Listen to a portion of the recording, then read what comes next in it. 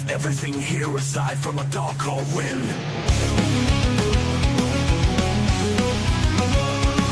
The show is about to begin. We have everything here aside from a dark cold wind. Keep it real, keep it real, keep it yeah. Welcome to the cave, welcome to the show.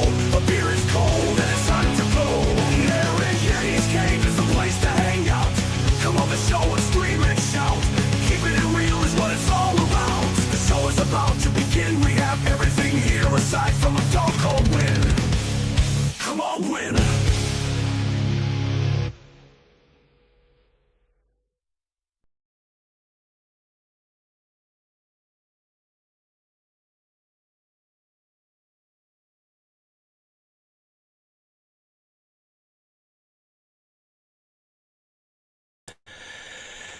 Start again.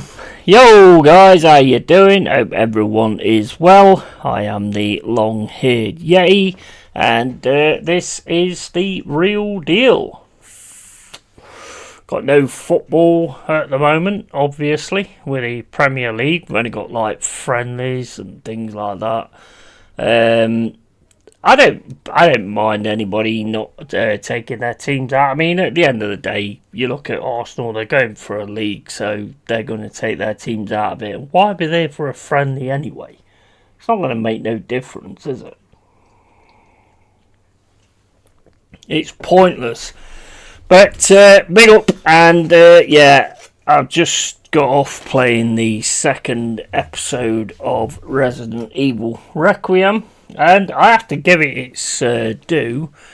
There's been quite a few good jump scares. I'm quite a jumpy person anyway.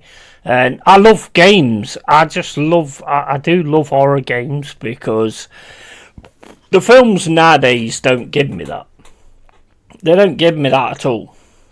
Horror films from back in the day. Maybe Jaws, if you can class that as an horror film. You know, there's always that jumpy bit where he's at the bottom of the boat and then the head falls out. Gets me every single time. That was back in a day when they actually made a big point of building a scare up instead of doing this what they do nowadays and drop a shutter up and all that kind of stuff. It's cheap jump scares. And the game Resident Evil Requiem, oh, it scared me a few. There's no doubt about that. The one I've just played, oh my days, when she busts through that door, honestly, it's going to give me a fucking heart attack, that game is. It's going to give me a fucking heart attack. But I'm enjoying it. Matt Spurs again, I added him back to the channel. We were talking about it the other day. I added him back to the channel and he started being a fucking dickhead again. Trying to call me a glory hunter. I mean, what the fuck? How the fuck am I a glory hunter? Give me a fucking break, man. I've been when I could afford it, I was following Forest all the way through the championship. I mean, I would have been at the European Cup, but as I've said before, I was 7 years old and parents were parents back then. So that was never going to happen. And I don't come from a football family anyway. Not like a lot of people like go to the games with their dad or their granddad or whatever. And then it sort of goes from there. That wasn't my history, to be honest. Most of my family are county fans anyway. You know, probably, like I've said before, reason I'm probably Forest because it was a rebellious thing.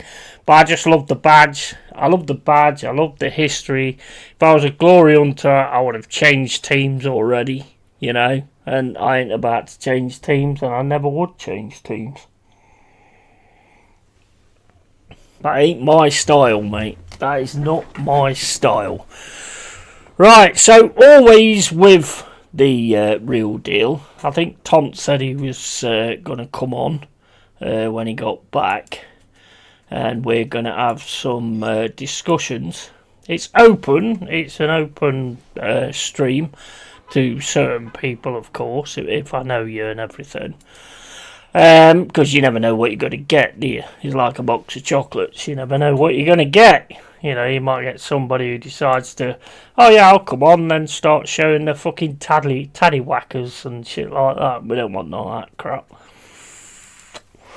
So, we're not going to be having none of that crap. Right, anyway, let's put the stream into Taunt, and I'll probably put it into the chat as well eventually. And we'll kind of see where we go from there. But yeah, I mean, let's talk about the relegation situation. Because Matt at first came in and he started talking sense about, yeah, well, he said that we was going down. Which, hey, it's not impossible.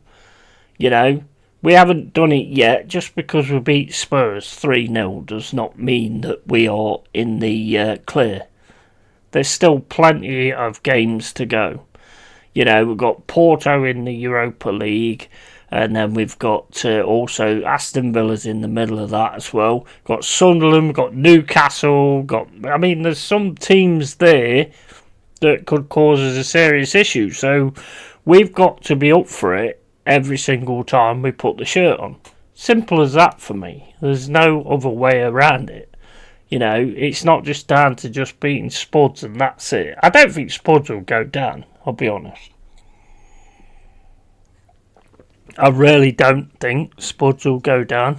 I think they'll scum it somehow. I really do think they'll scum it.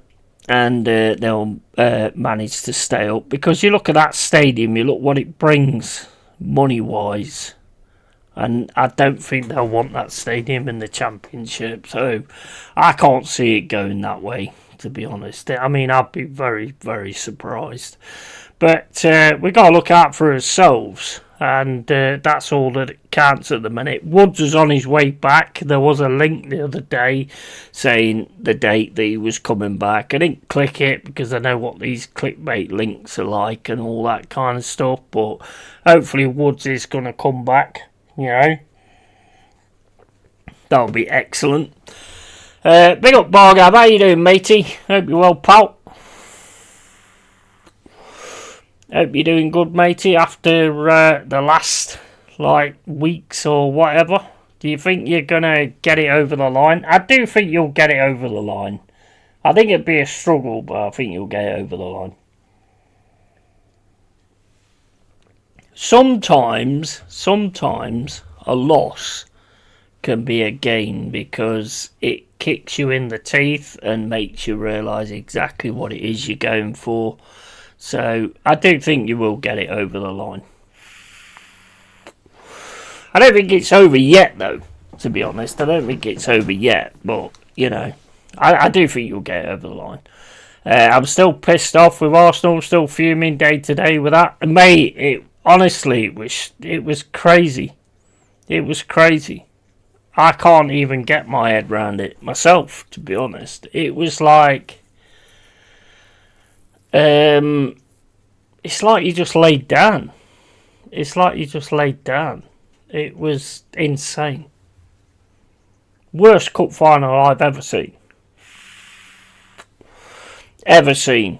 It just for the first 10, 20 minutes, you seemed to be looking like you could manage to get something, and then it just I don't know, you just dropped.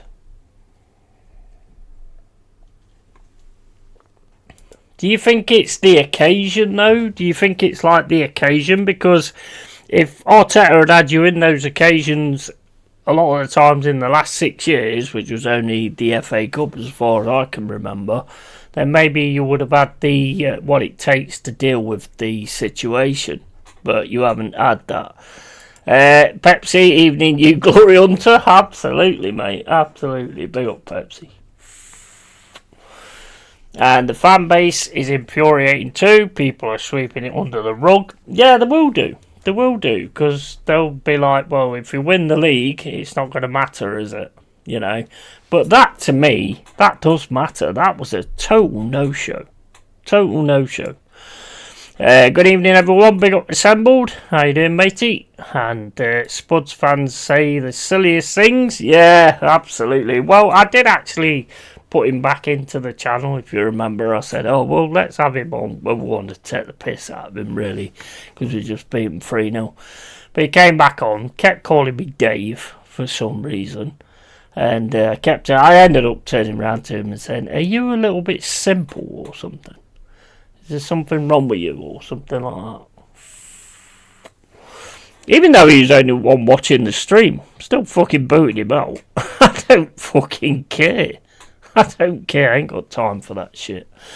Man City, Dazzle ran over us. It's not the occasion. The only thing that would have made a difference is Timber. Don't think Eze would have done anything. Mate, the worst part for me was like, you just accepted it. That was the worst part for me. You just accepted it. That was the worst part. And look, I'm not driving nails into your situation or whatever, you know, but that was the worst part for me. And I don't care what anyone says. Dalman should have come on. If Dalman came on, it might have lifted the team again. That's my point of view. And you can say, "Oh, well, he's only this age and he's only that age and all this, that and the other." Bro, he came on against Everton and he was just different class. So what the fuck does the age have to do with it? That Ethan loan deal is looking like a masterstroke. Everyone could see this coming, apart from Blunderman. Yeah, absolutely. Do you think he's going to do the same with Dalman? I hope he don't do the same with Dalman, because he looks an absolute class player. I mean, we'll take him. We'll take him, I've said. Don't think we are ready to win Champions League, which is the gold standard. Yeah, because, I mean, how many times have you been in the scenario of winning big things under this guy? You haven't.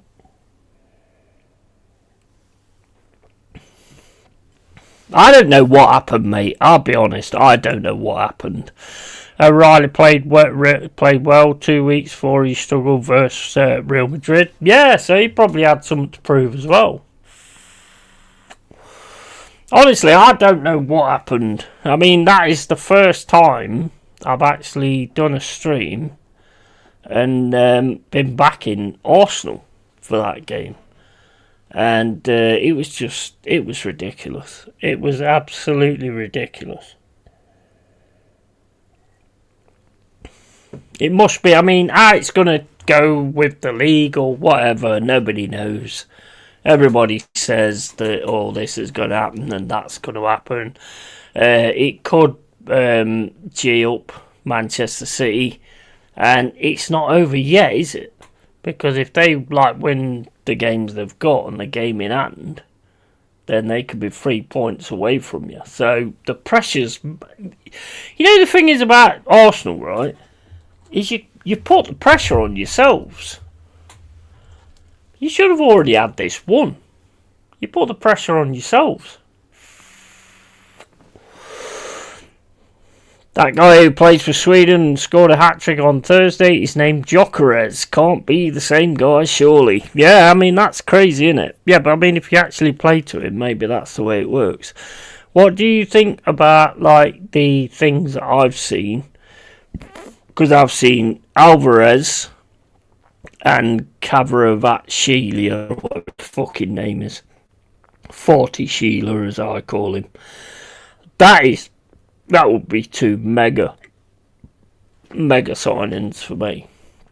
But what happens to Gyökeres if they sign Alvarez? Because someone's got to go. Jesus is going to go, or whatever. Somebody's got to go, hasn't he? Yeah, if we get the league, we earned it. Don't think we are the best team yet. To be honest, I think you're just the best of a bad bunch. That's my honest opinion. I think you're the best of a bad bunch this season. But it's there. And you probably should be so many points away at the top right now. You already know this. I mean, I'm not telling you anything you don't know. Me personally, I mean, as an Arsenal fan, I'd want you to not do it so that he fucking goes, because I think if you get somebody proper in with a team that you've got, you'll clean up. Said that many times. To be honest, from time Arsenal sold Anelka for 23 million profit and the PR said he was sulking, have you ever heard another club he went to say that about him? No, very true, very true. We always get these concepts of players, but we don't know 100%, do we, really? Yeah, that's two fantastic signings. Oh, mate, that Kavarievat Sheila or whatever, he's fucking awesome. We'll just call him Cava. We'll just call him Cava, it's easier to say. But he's a quality player, he is. I would love to go to try to get Vinicius Jr. Yeah, I mean, another one. I ain't seen him being mentioned, to be honest, but it seems to be Cava and Alvarez from what I've seen. But if that happens, what happens to Gyökeres? I mean, it's alright getting Alvarez, but if you're still not going to play with the number 9 in thought, then will it really matter?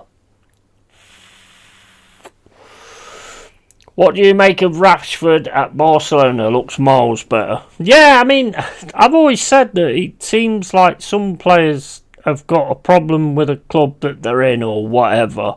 This is why I've always said that I'm happy to sign players that aren't happy at their own club, especially when they're like a top 6 club or top 4 club or whatever you call it.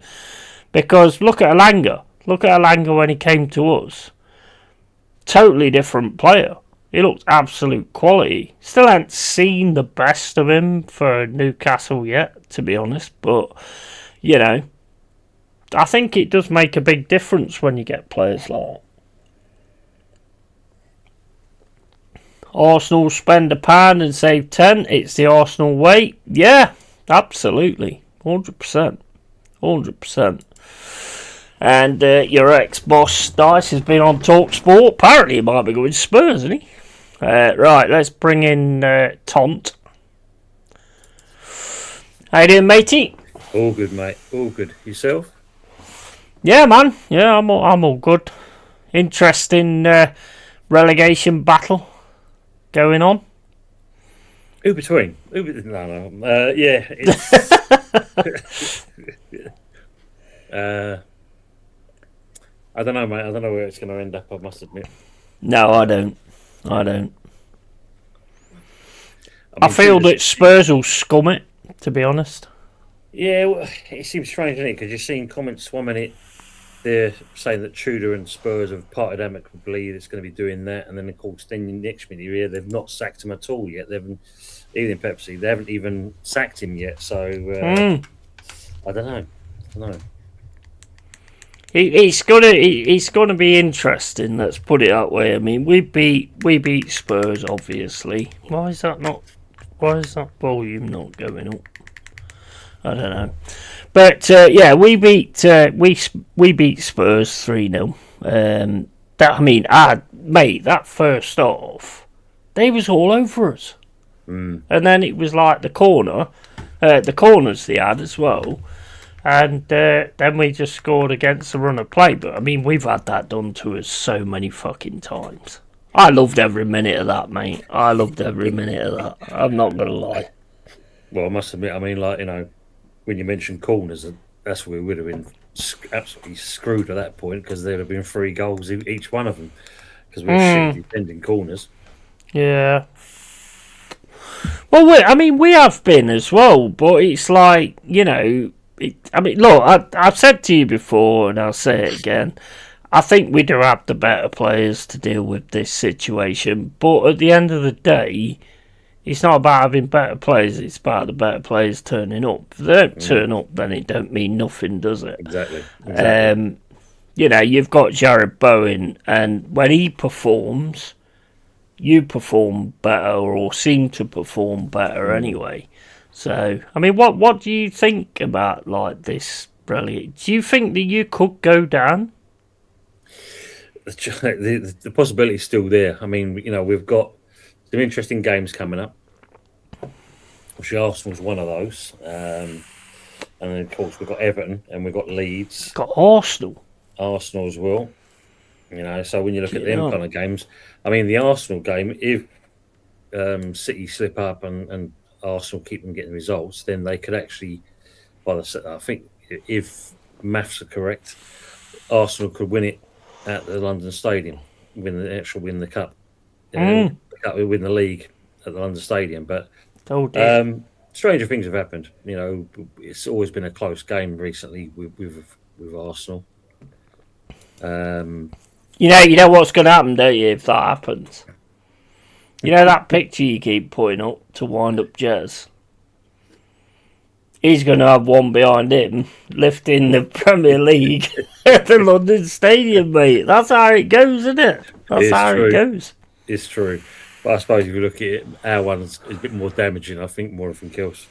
Well, yeah, absolutely. 100%. But it's like, we've got Porto, obviously. We've got the Europa League still going on. Then we've got Aston Villa at the City Ground. Then we've got Burnley at the City Ground. Then we've got Sunderland. Then we've got Chelsea at Stamford Bridge. And then we've got Newcastle at the City Ground. And Manchester United at Old Trafford. So, I mean, mate, our running ain't that fucking easy either. You've got to show up to these games, haven't you? This is the thing, isn't it? I mean, I think we're looking at us. We worked out, I think it's about 11 or 12 points. Should in theory. He's going to the London Stadium. I've got well done, Pepsi.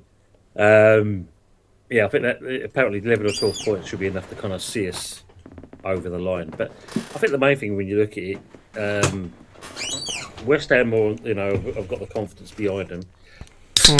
What I like, because obviously when you're appointing Vitor Pereira, I thought myself, okay, is he gonna be able to turn up because he's been sacked previously in the Premier League? Yeah. And give him his dues. He's got these guys doing something, so you've got an opportunity there as well. Spurs at the moment are in the mud, and whoever comes in, I mean, unless you can do a massive turnaround, I don't know. They're at a low ebb, but they've got players coming back. Obviously, is it enough to kind of keep them out of it? That's it. I mean, it's like with Vitor Pereira. I mean, when it comes down to teams, I mean, look, how many managers we had that have said, like, oh, if he can do this with us, what he did with his previous team and stuff like that, and then you get, like, managers like Nuno who came in, got it sorted, brilliant season last season, absolute quality, he loved every minute of it. And then you've got Vitor coming in, who's like had difficult times in clubs previous. They're the kind that I tend to like a lot more, to be honest. And he does seem to have kind of got the players. I thought he'd lost them. I'll be honest, I thought he'd lost them. But when you're in like the relegation situation, it's hard to call it because it's like one thing we need now is consistency, and we beat Midtjylland. Great, really great game for us, to be honest.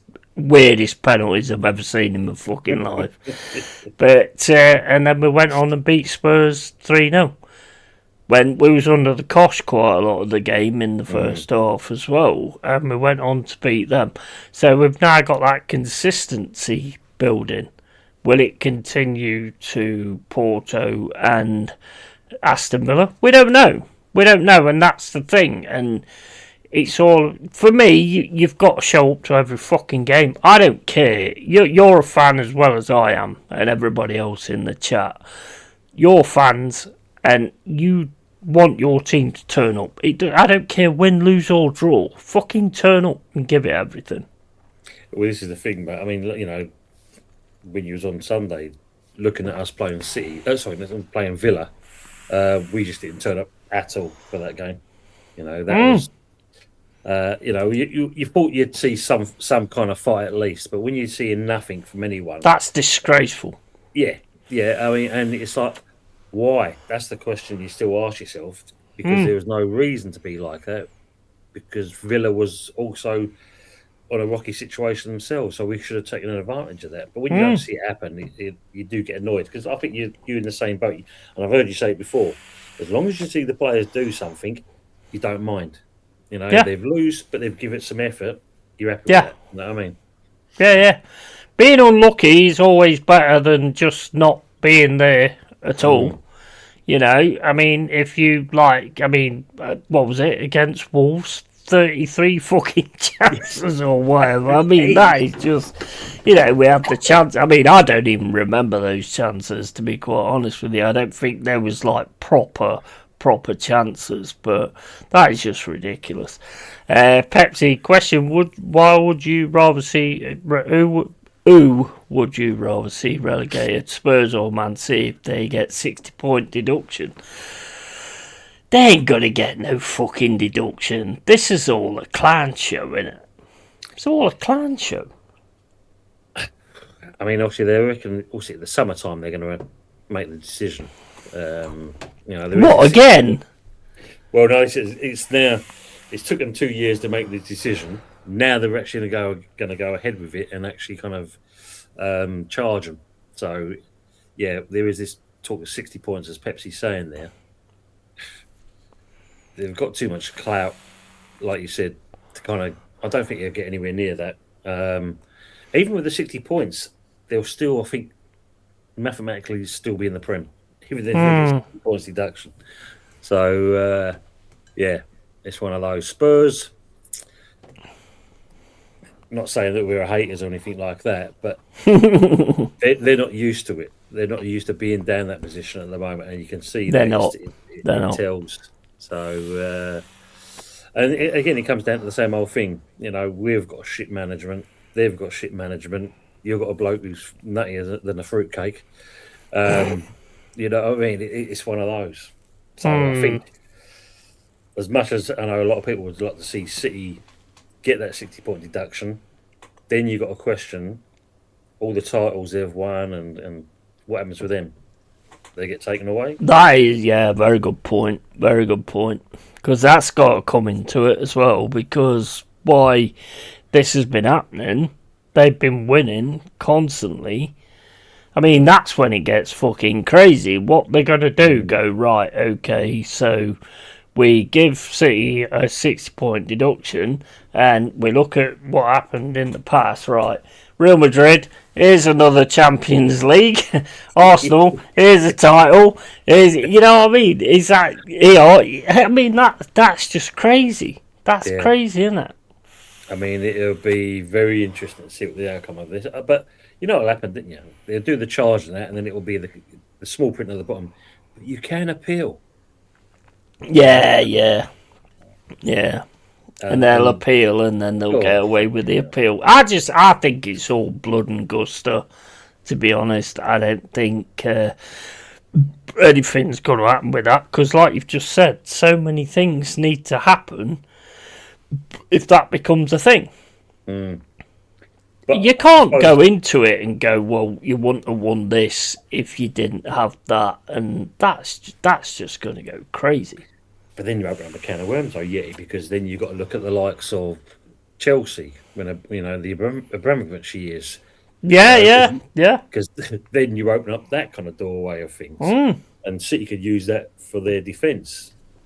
You know, you're trying to do us kind of thing, and I suppose look at it from my perspective as a West Ham fan.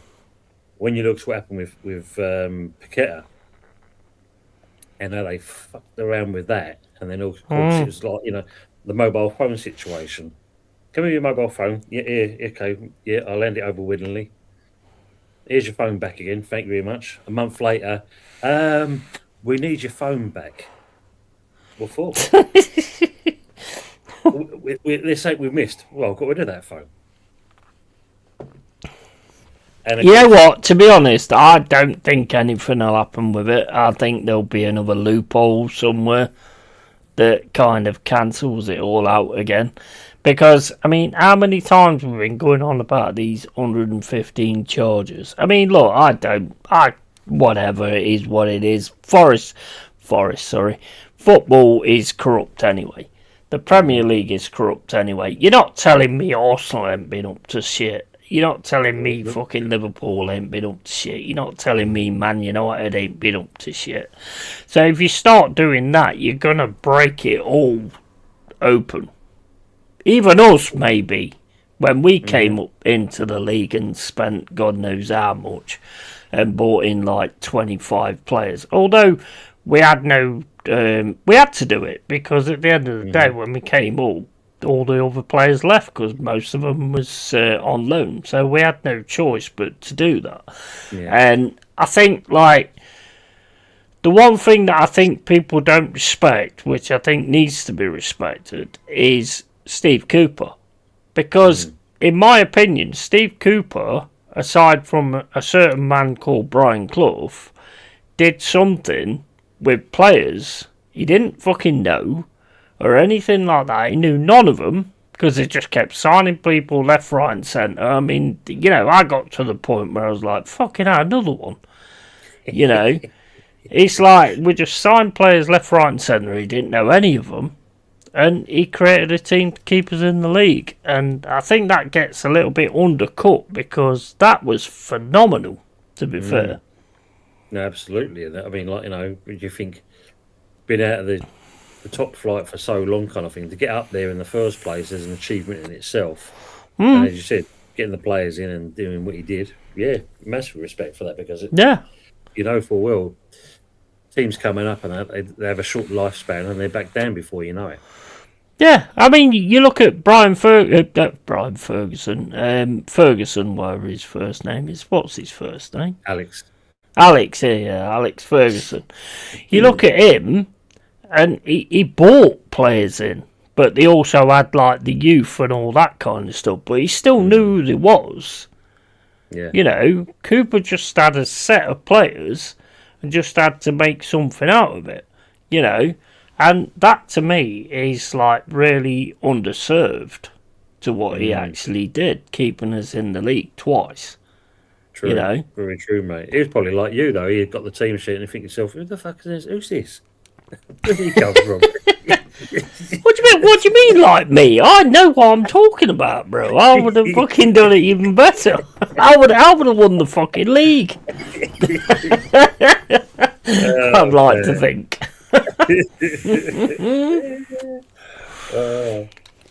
But then it kind of like goes on to Nuno, who did a fantastic job, and we had this conversation a few times on the takeaway.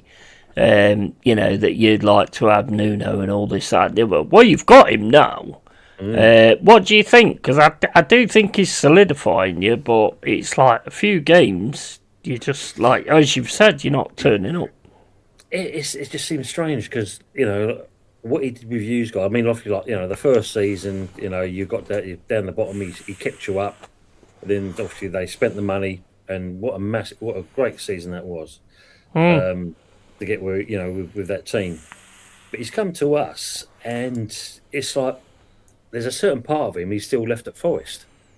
Yeah. What he did then was out of order, to be fair. But you don't see him showing that same kind of thing. Like, you know, one of the stats that's come up for us is the fact of, you know, we've taken the lead, and from that we've lost 20 points. So we wouldn't be worried about relegation at this point. It's only because he's, you know, some of the things he's done, the tactics and the substitutions, and, you know, it's killed games where we should have had points. Clear points without even worrying about the opposition getting anywhere near us. But because he's made these stupid changes, that's cost us massively, you know. And you've got to question what suddenly changed from, you know, he was a good manager at Wolves, good manager at Spurs, not back there. Obviously, he came to Forest and that, got the backing behind him, and that made a great season. Obviously, you know, Marinakis then got rid of him. He comes to us. And like I said, there's an element missing from what that manager has done previously to what he's doing at West Ham. You know, we've got Paco he's now his number 2. I'll be back in a sec, mate. I just need a pee. No worries, mate. I'm just... Oh, yeah, look. Yeah, clocks go forward 1 hour tonight, don't they? Yeah. Thanks, Pepsi. Yeah, we lose out on that. USA won, Belgium 0, 39 minutes. Thank you very much. Is it on any of the old terrestrial channels, Pepsi, or not? I ain't going to have a look. Or is it on one of the Sky ones? Oh, yeah. Oh, there's a nice one there. Harrogate versus Notts County.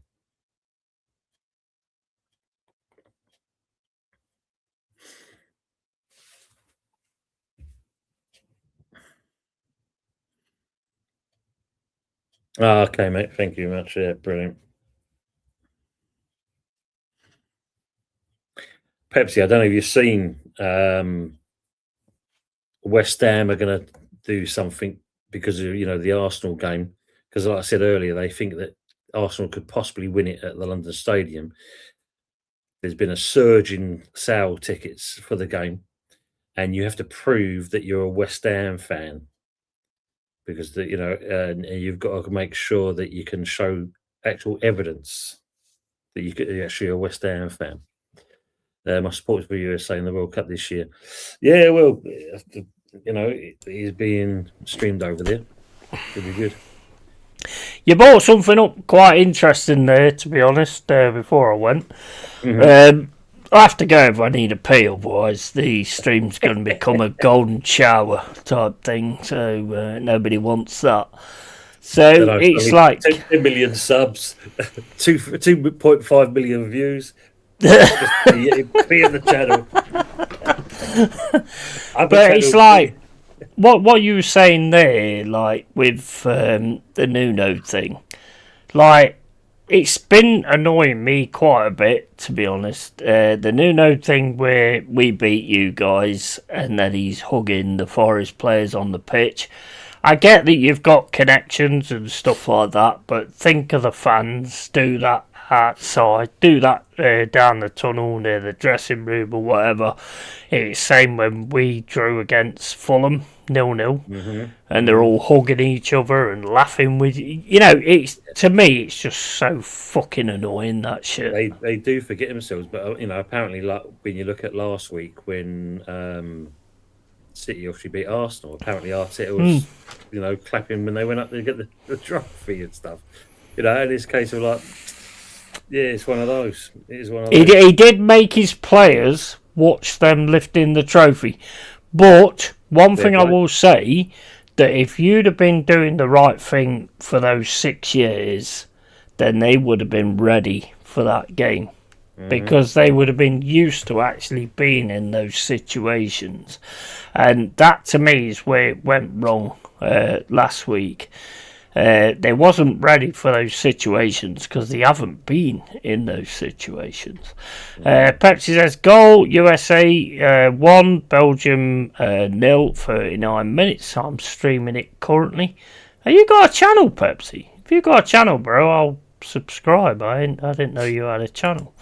My support is for USA in World Cup this year, and I'll go with anything other than England, to be honest. Big up Mr. Whitesnake, how you doing, mate? Oh, to be able to get even half as much football information as you lot get. Yeah, mate, we it's all on social media, it's all in your head as well. Just how it works, isn't it? My friend is a West Ham fan and got tickets. We watched the game versus Spuds earlier this season when you lost 3-0. Watched the Arsenal versus Forest match same day, also 3-0. Mm-hmm. And Pepsi Arsenal stopped watching games. Says Mr. Whitesnake. I was just going to say to Pepsi, big up Mr. Whitesnake. Big up to Mr. Whitesnake as well. Welcome to the channel. I know you've been in there a few times. But yeah, West Ham, because obviously I said that there's a possibility that Arsenal could win the trophy, the Premier League at the London Stadium. West Ham have suddenly seen a surge in ticket sales. So to combat that, and you've got to prove that you're a West Ham fan, and you've got to show like photographic evidence of yourself in a merchandise or some form of before January 2026. Because a lot of the tickets are going at the home end. But anybody could do a picture where you're in a West Ham shirt. No, but you got to prove it before a certain point in time. Which I think I get it. I get that side of things. It's a strange request. Don't get me wrong. It is a strange one. Weird. But if it combats, you know, put it this way, what you don't want to see is home fans, basically, you know, what I mean, Yeah. being left out of actually going to watch their home team when you've got an away fan sitting in the seats. It's bad enough we've got tourists doing that with Sullivan. But to do that, I can get what West Ham's trying to combat that. But how you prove that, I don't know. I get it, but I mean, like I say, like Pepsi said, I'll use AI or whatever. You know, it doesn't make any sense in that respect. There's so many ways of getting around that. It's same as like this thing in the UK now where you've got to be a certain age and all this, that and the other to actually get to watch porn or whatever it is you're watching. You know, I mean, I've got around it, but anyway, that's another story. But, you know, people are using, like, you know, there's an old game ages ago called Gary's Mod, and they're using the graphics of a person, an older person, to actually get by it. Wow. So it's like, what is, you know, there's always going to be a way around these kind of things. I don't think that's going to work in any way, shape, or form. It'll be honest. interesting. It'll be very interesting. You know what I'm saying?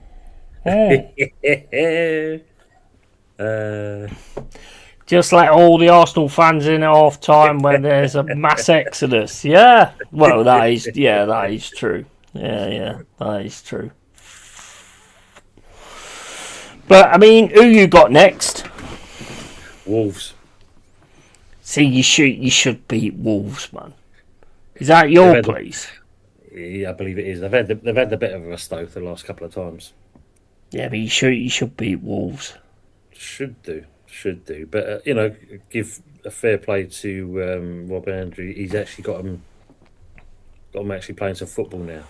So yeah. I hope Leeds don't drop into it, to be honest. Mr. Whitesnake, over here we get nothing about football and a lot of stuff to come off the internet, especially vids, as they're not available in our region. Even the national side has little coverage unless they win. Well, whenever you get not available in your region, just use a VPN, mate. Use a VPN, you can get most things, to be honest. So we've got Leeds first of all in the FA Cup, and then of course it's Wolves on the Friday the 10th. Do you think the FA Cup at this where you are at the minute? Do you think the FA Cup is a little bit of a distraction that you don't need? I look at it the other way. Actually, I think it's good to have it as well because it just takes that little bit of edge off with that sort of things. And it's a case of if you do well in it, it's a bonus, and maybe it's a confidence booster as well. Yeah, I mean, you can see it both ways, can't you? You need to concentrate on the league because you want to stay in it. But if you're kind of doing well in the cup and you're progressing through that, then you kind of also have that kind of, who knows? Can we go that one step further? It's a bit of a double-edged sword. Yeah. So we're a very giving team, so we sort of went let everybody else have a go in the FA Cup, and we'll just leave it to them. We're a very giving team in that respect. Don't keep on with the Europa. That's the key thing. Yeah, I mean, what round is it in the FA Cup? Because obviously, when you go out, this will be the quarters. Yeah, quarterfinals. One question for you, Ton. Right, if you could get rid of these owners, because I know the owners are a biggest issue you've got at the minute, 100% the biggest issue. Would you take getting relegated just to get rid of these owners and like build your club back stronger again? The biggest problem with that, if we get relegated, even if he was still in charge, he wouldn't go. You know, he's too much of a stubborn bastard for one. It was a couple of weeks back that old Dame Brady's going to step down. Well, she's still there. Yeah. The only thing if we go down, as you know full well, it's very hard to come back up again. If it means, Oh yeah, 100%. if it means getting rid of the board, then you've got to be for it because you want to see that out the way with. Don't get me wrong, it helped us getting players into win the Europa Conference, but from that point onwards, when I think Sullivan realised that now I've got to spend even more money because we've done that. That's when it all, and I still say it to this day. That's the reason why I think Moyes left, because Sullivan didn't like the fact that they've actually won it, because it means you've now got to kind of elevate one step further, and then you've got to look at keep on building that. And I don't think he wanted that. I've always said the only way you get rid of your owners is you don't buy in. So when it comes to just don't buy season tickets, nothing. But people won't do that because they've got their seats and all that kind of stuff. And that's kind of how you get trapped, And that's kind of the way to do it. Don't buy any merchandise, don't buy anything. And if there's no money in it for them, they will fuck off. But it will also show that what difference fans doing that actually makes. And if it went the opposite way, that'd be like, well, we never have a say then. Yeah. Ever. We've just got to put with everything.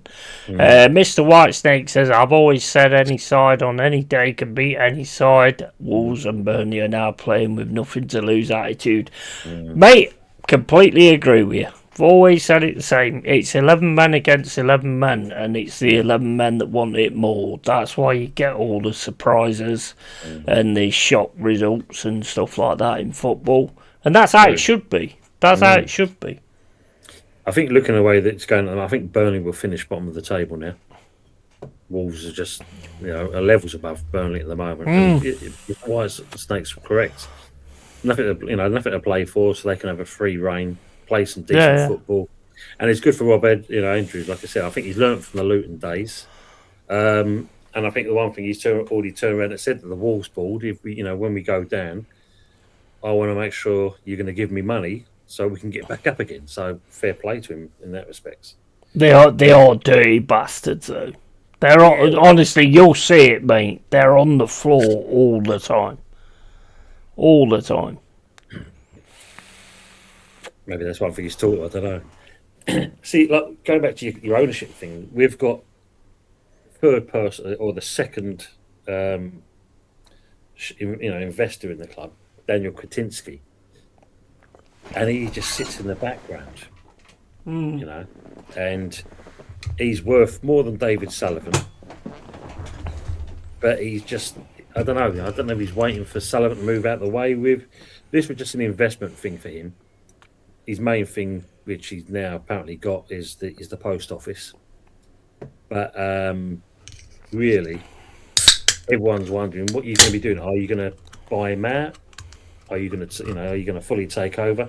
Problem is, he owns Sparta Prague. So that's where the other issue is as well. But really, we need something going on. I mean, I was hoping at one point, there was talks of an American consortium that was going to come in, because I think what's his name, Tripp Smith, he's got a 10% stake in the club. He was supposed to get some consortium up and running, and that was supposed to be during the summertime, but that died a death. But then there was Amanda Staveley, Newcastle. She was supposed to go in for Spurs with her lot. But of course, Joe Lewis and the mob basically told them to stick up their arse. So she's got money to burn. So hopefully, you never know, mate. Yeah, she seems to have done all right with Newcastle. I mean, I don't know what's kind of going on with Newcastle at the minute. They'll hate me saying this, but Sunderland have done the double on them, and deserved it as well for my money.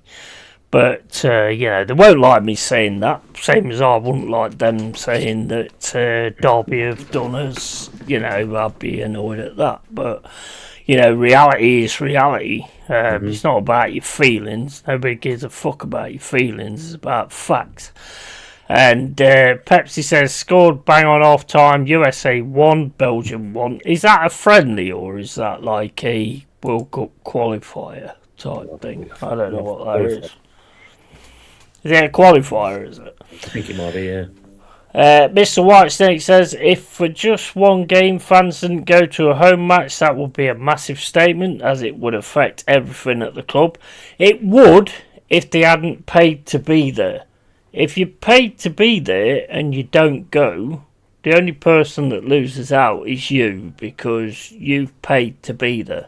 So it's like, if you've got a season ticket, you can't just not go, because that's you losing out. And they don't care, because you've already paid your money. Mm. Do you get me? So that don't work. It works if everybody went on a game-by-game basis and then didn't go and didn't pay the money for the game.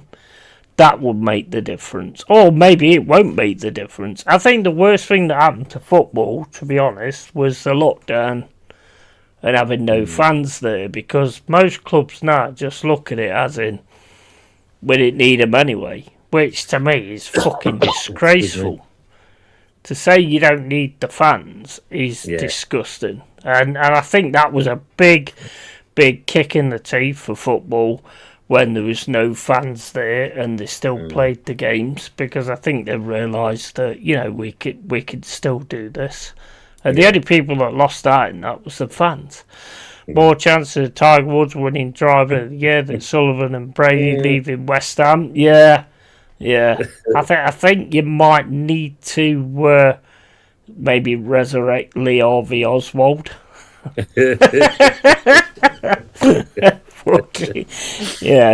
Maybe ask him to go for Starmer as well.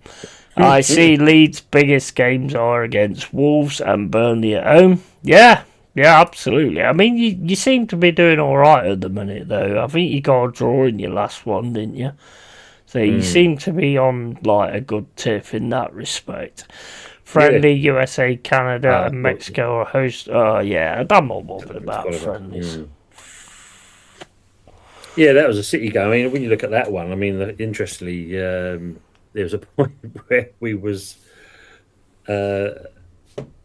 minus 10 possession-wise compared to City. That just shows you. Breaking news that Rice, Saka and Madueke withdraw from the England squad. So that's virtually, what's it now, 6-7 Arsenal players have withdrawn from their host nation, their clubs. To be honest, if I was England, I would have turned round to Arsenal and gone, well, you can fucking keep Saka anyway. Yeah, it's true. We don't want him at the minute. But I mean, the friendlies, though, aren't they? Yeah, but even still. But for all these obviously there's Sean Dyche in tricky situation over Spurs. Let me just rewind that. What's it say there? Your old manager. When you're a manager, you want CFAX? Yeah. Let's see what it says here. When you're a manager, you know you're going to get asked these questions at some point. When you get asked them, you try to be respectful. Tottenham are a brilliant club and a massive club. So when you say I'm flattered, everyone then goes, he hasn't said no. Phil Dyche. Dear me. Mate, at the end of the day, I don't know why Tottenham's a massive club. Yes, they're one of the ones that you take into account and all that kind of stuff, but I wouldn't say they're a massive club. I mean, the guy that came in earlier, the Matt Spurs guy... Hold on, mate. Let me just interrupt you this, because Dyche on the Forest exit. We worked very hard trying to change the culture for the third manager in. Very difficult. I had no problem with the owner, by the way. He gets a lot of flack, especially about me. I have no problem with him at all, and still don't. Sean Dyche, Nottingham Forest head coach, 2025-26. Oh, mate, honestly, it gets like a fucking clown show, doesn't it? It really does. Televised and hospitality will be hit, and at least Sky would televise it without an atmosphere. Yeah, true. But I mean, like I say, they've already done that with the lockdown. They've already done that, and I think that's been a big hit on football, because they realised that they can actually. I mean, it was terrible, wasn't it? I mean, I watched a few games and it was like, man. I mean, I don't get a lot of fans noise anyway, because when you're doing a watch along, I mean, I don't know if you could do that or not, but I like doing the commentary anyway. So Yeah, I don't know how that works. My spelling is shite. Oh. Yeah, you can't have the sound on that because you can get done for copyright, even though you're only hearing the background noise. Yeah, but Tom, how does it fucking work? Because I've seen somebody do a stream about the old Sky Sports referees talking to each other and all this, that, and the other, and they never got no fucking ban. I don't get it. Well, Fuzzy put, when we did the Good, the Bad, and the Ugly, there was a clip that he put up, and as soon as the show finished, ping, up it come on YouTube and that. Demonetized, this, that, and the other, blah blah blah blah blah, because you played that clip. You either cut it out or you do this, that, and the other, and etc. Yeah, he did, Pepsi, because there's more here. Things change. The noise changes quickly. We weren't in there. All X-Voice people, one way or another, with good heart to do the job. That don't make sense. And we're doing the job. The points said that. The table said that. And we haven't got the job done. There's no two ways about it, and they will get the job. What the fuck? Yeah, I'll be honest, I like Dice. I liked him because he said it the way it was, and it was like when he had that interview with Keown, and Keown was going, "Oh, what do you think about this, that, and the other?" And Dice just turned around and said, "What we need to be taking into account is the fact that everybody's diving on the floor and fucking like feigning injury and all that kind of stuff. That's the thing we need." And Keown was just like, fuck, I don't know what to say to that. So, mate, that to me is like pure Cloughy type style, where he just shuts you up straight away. But said true first. At the same point, the Dice football was fucking boring. But at times, we did actually have some really good like counter attacks and shit like that, which was fucking brilliant. But I liked his attitude. I liked how he just went against things, didn't care. You know, I did like that. But it's like, I mean, you look at how many fucking managers we've had, and it's like, oh my fucking days. I mean, what do you think of our owner? What's your point of view on our owner? I mean, I think I already said to you once before, the good thing I like what he did is, and rightly so, was secure the ground that sits underneath that stadium to make sure it's your stadium. Because, you know, how many times... Yeah, that was huge. That's massive. You know, how many times you see clubs... I mean, you've just got to look at Coventry, you know, with them losing the ground, I think it was owned by the actual Coventry Building Society, then it was something else, and this and the other got involved, and blah, blah, blah. And I don't know if it's still their ground now or it still belongs to someone else. But them to do that, I mean, obviously, like, you know, the one behind me at the moment when we were sold down the river with that, to say that we're going to give you Champions League football, you're going to be in the same seating area like you are at Upton Park, you're going to be, you know, a stone's throw away from the pitch, yet you're fucking miles away. And things like that. It makes a big difference. Don't get me wrong, you know, like I said, us and the council were basically bought the London Stadium, and it's only because Levy was moaning at Haringey Council, you had Barry Owen and Leighton Orient, and then you had the old mayor get himself involved because he wants Olympics there. That, we had to refrain from actually buying the stadium and then have to bloody rent the thing. Yeah. 100%. I mean, keeping your ground is huge. It's massive. You know, you've got Highbury, you've got your ground, your old ground. What was it called? I forgot.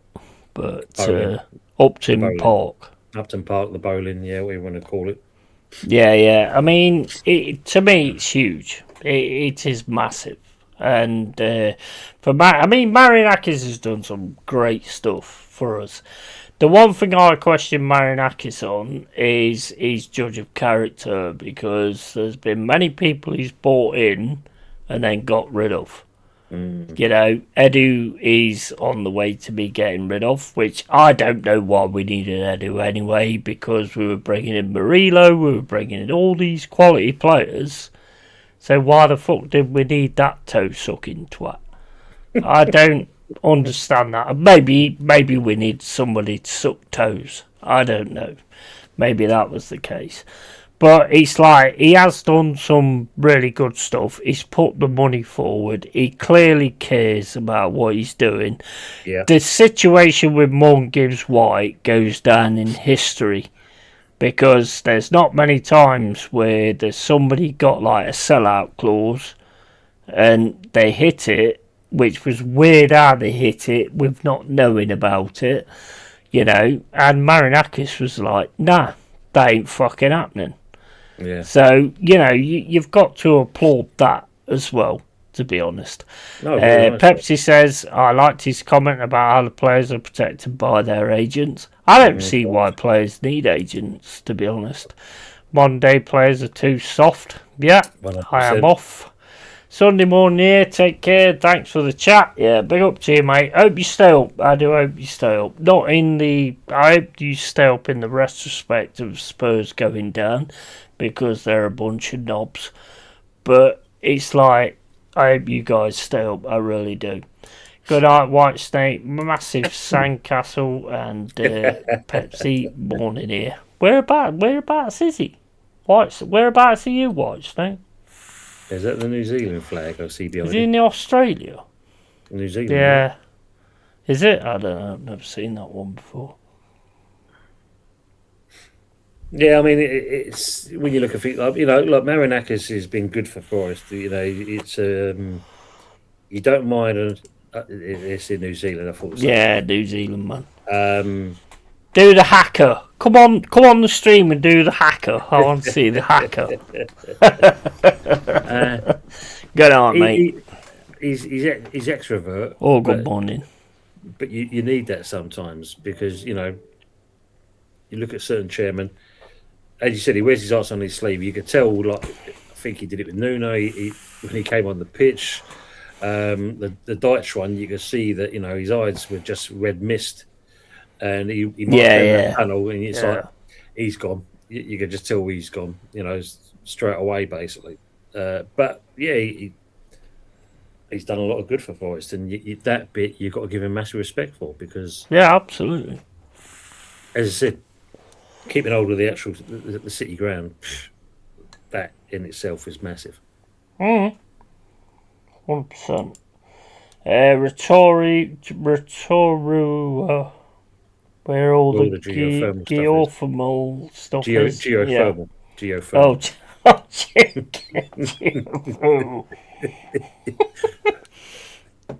Ignore me, I'm just a Nottinghamite. I'm just a Nottinghamite. I can't read shit. Right, come on, next time. Yeah, man, you're welcome. I always put the stream in the chat so anybody can come on and have their say. As far as I know them, and they're all right, and they ain't gonna get the fucking knob out and start doing helicopters and shit. You know, Rauturua. There you go. Cheers for that, mate. I probably said that wrong, did I? Was it Rotaurua? Rotorua.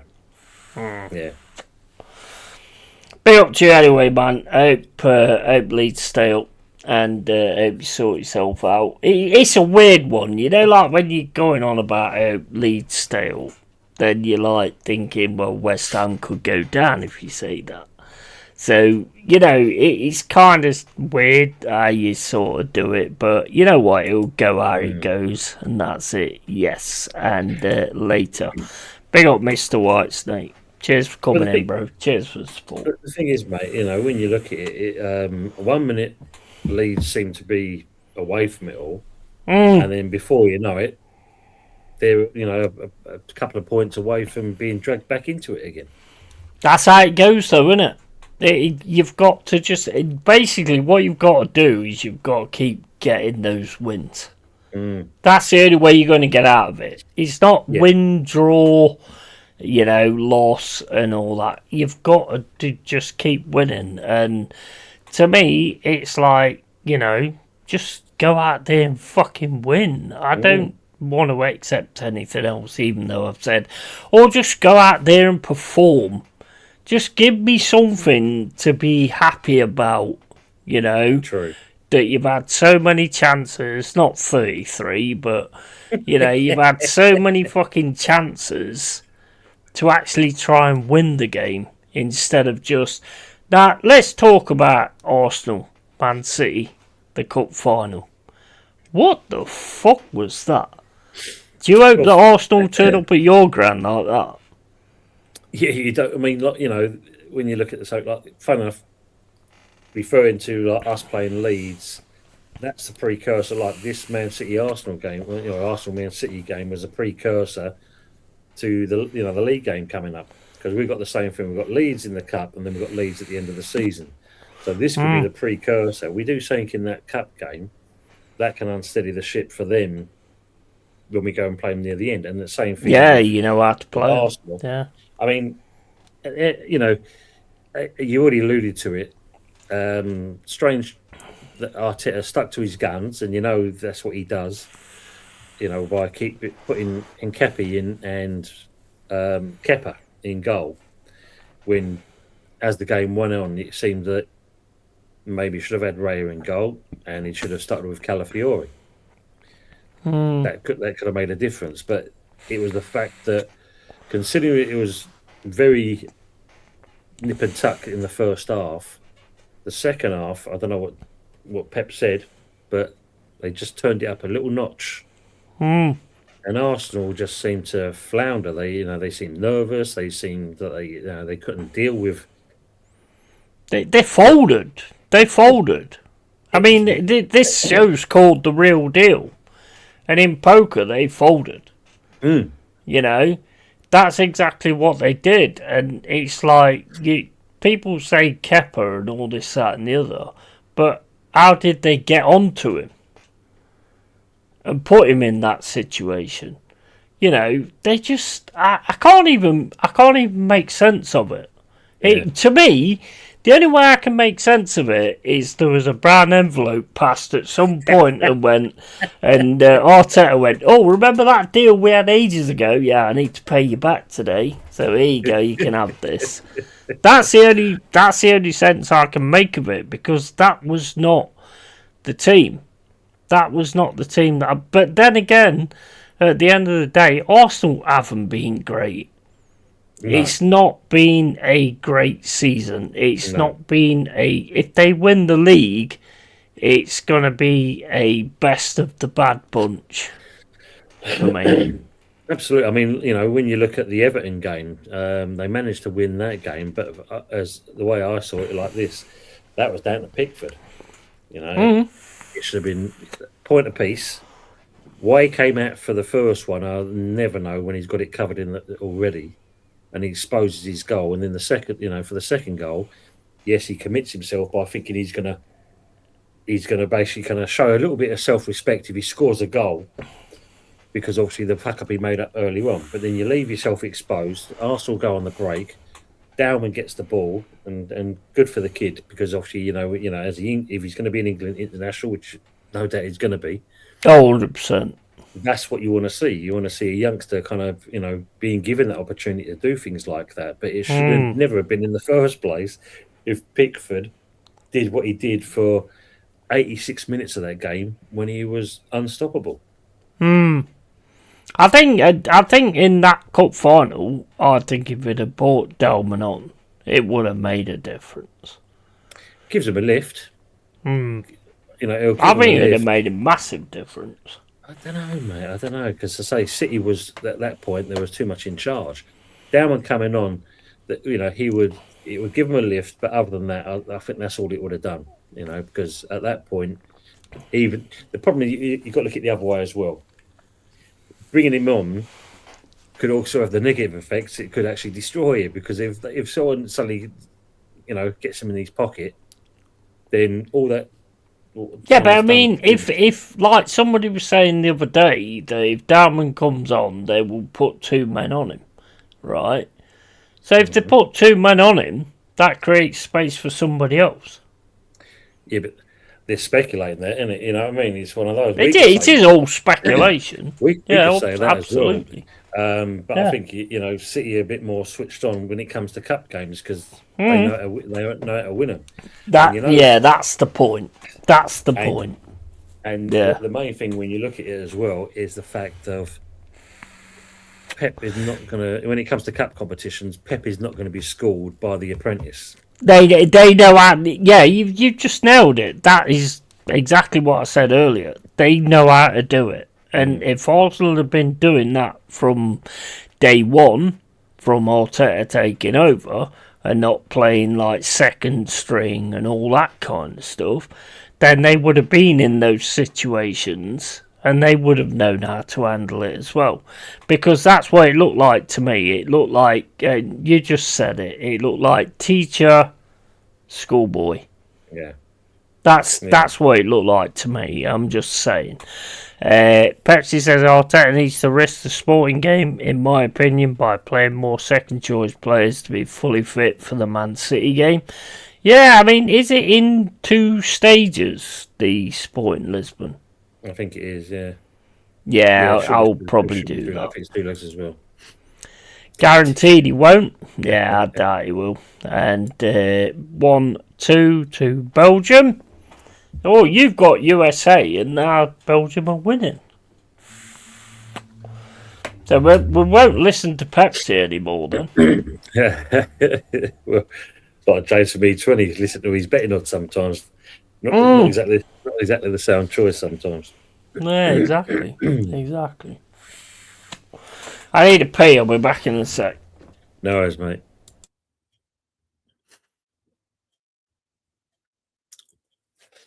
Pepsi, you've just seen that. So obviously, you've got more Arsenal players now withdrawn from the England squad now. And I think Gabriel's also pulled out as well. Is that, I mean, it's obvious what they're doing. They're saving themselves for the rest of the league. Is that ideal? Because, all right, you class these games as nothing, but really, you want to see them, doing well. Saka, I don't know what's going on with him. I think I already said it last year. When he got that injury, he's not going to be the same player, is he? That's for sure.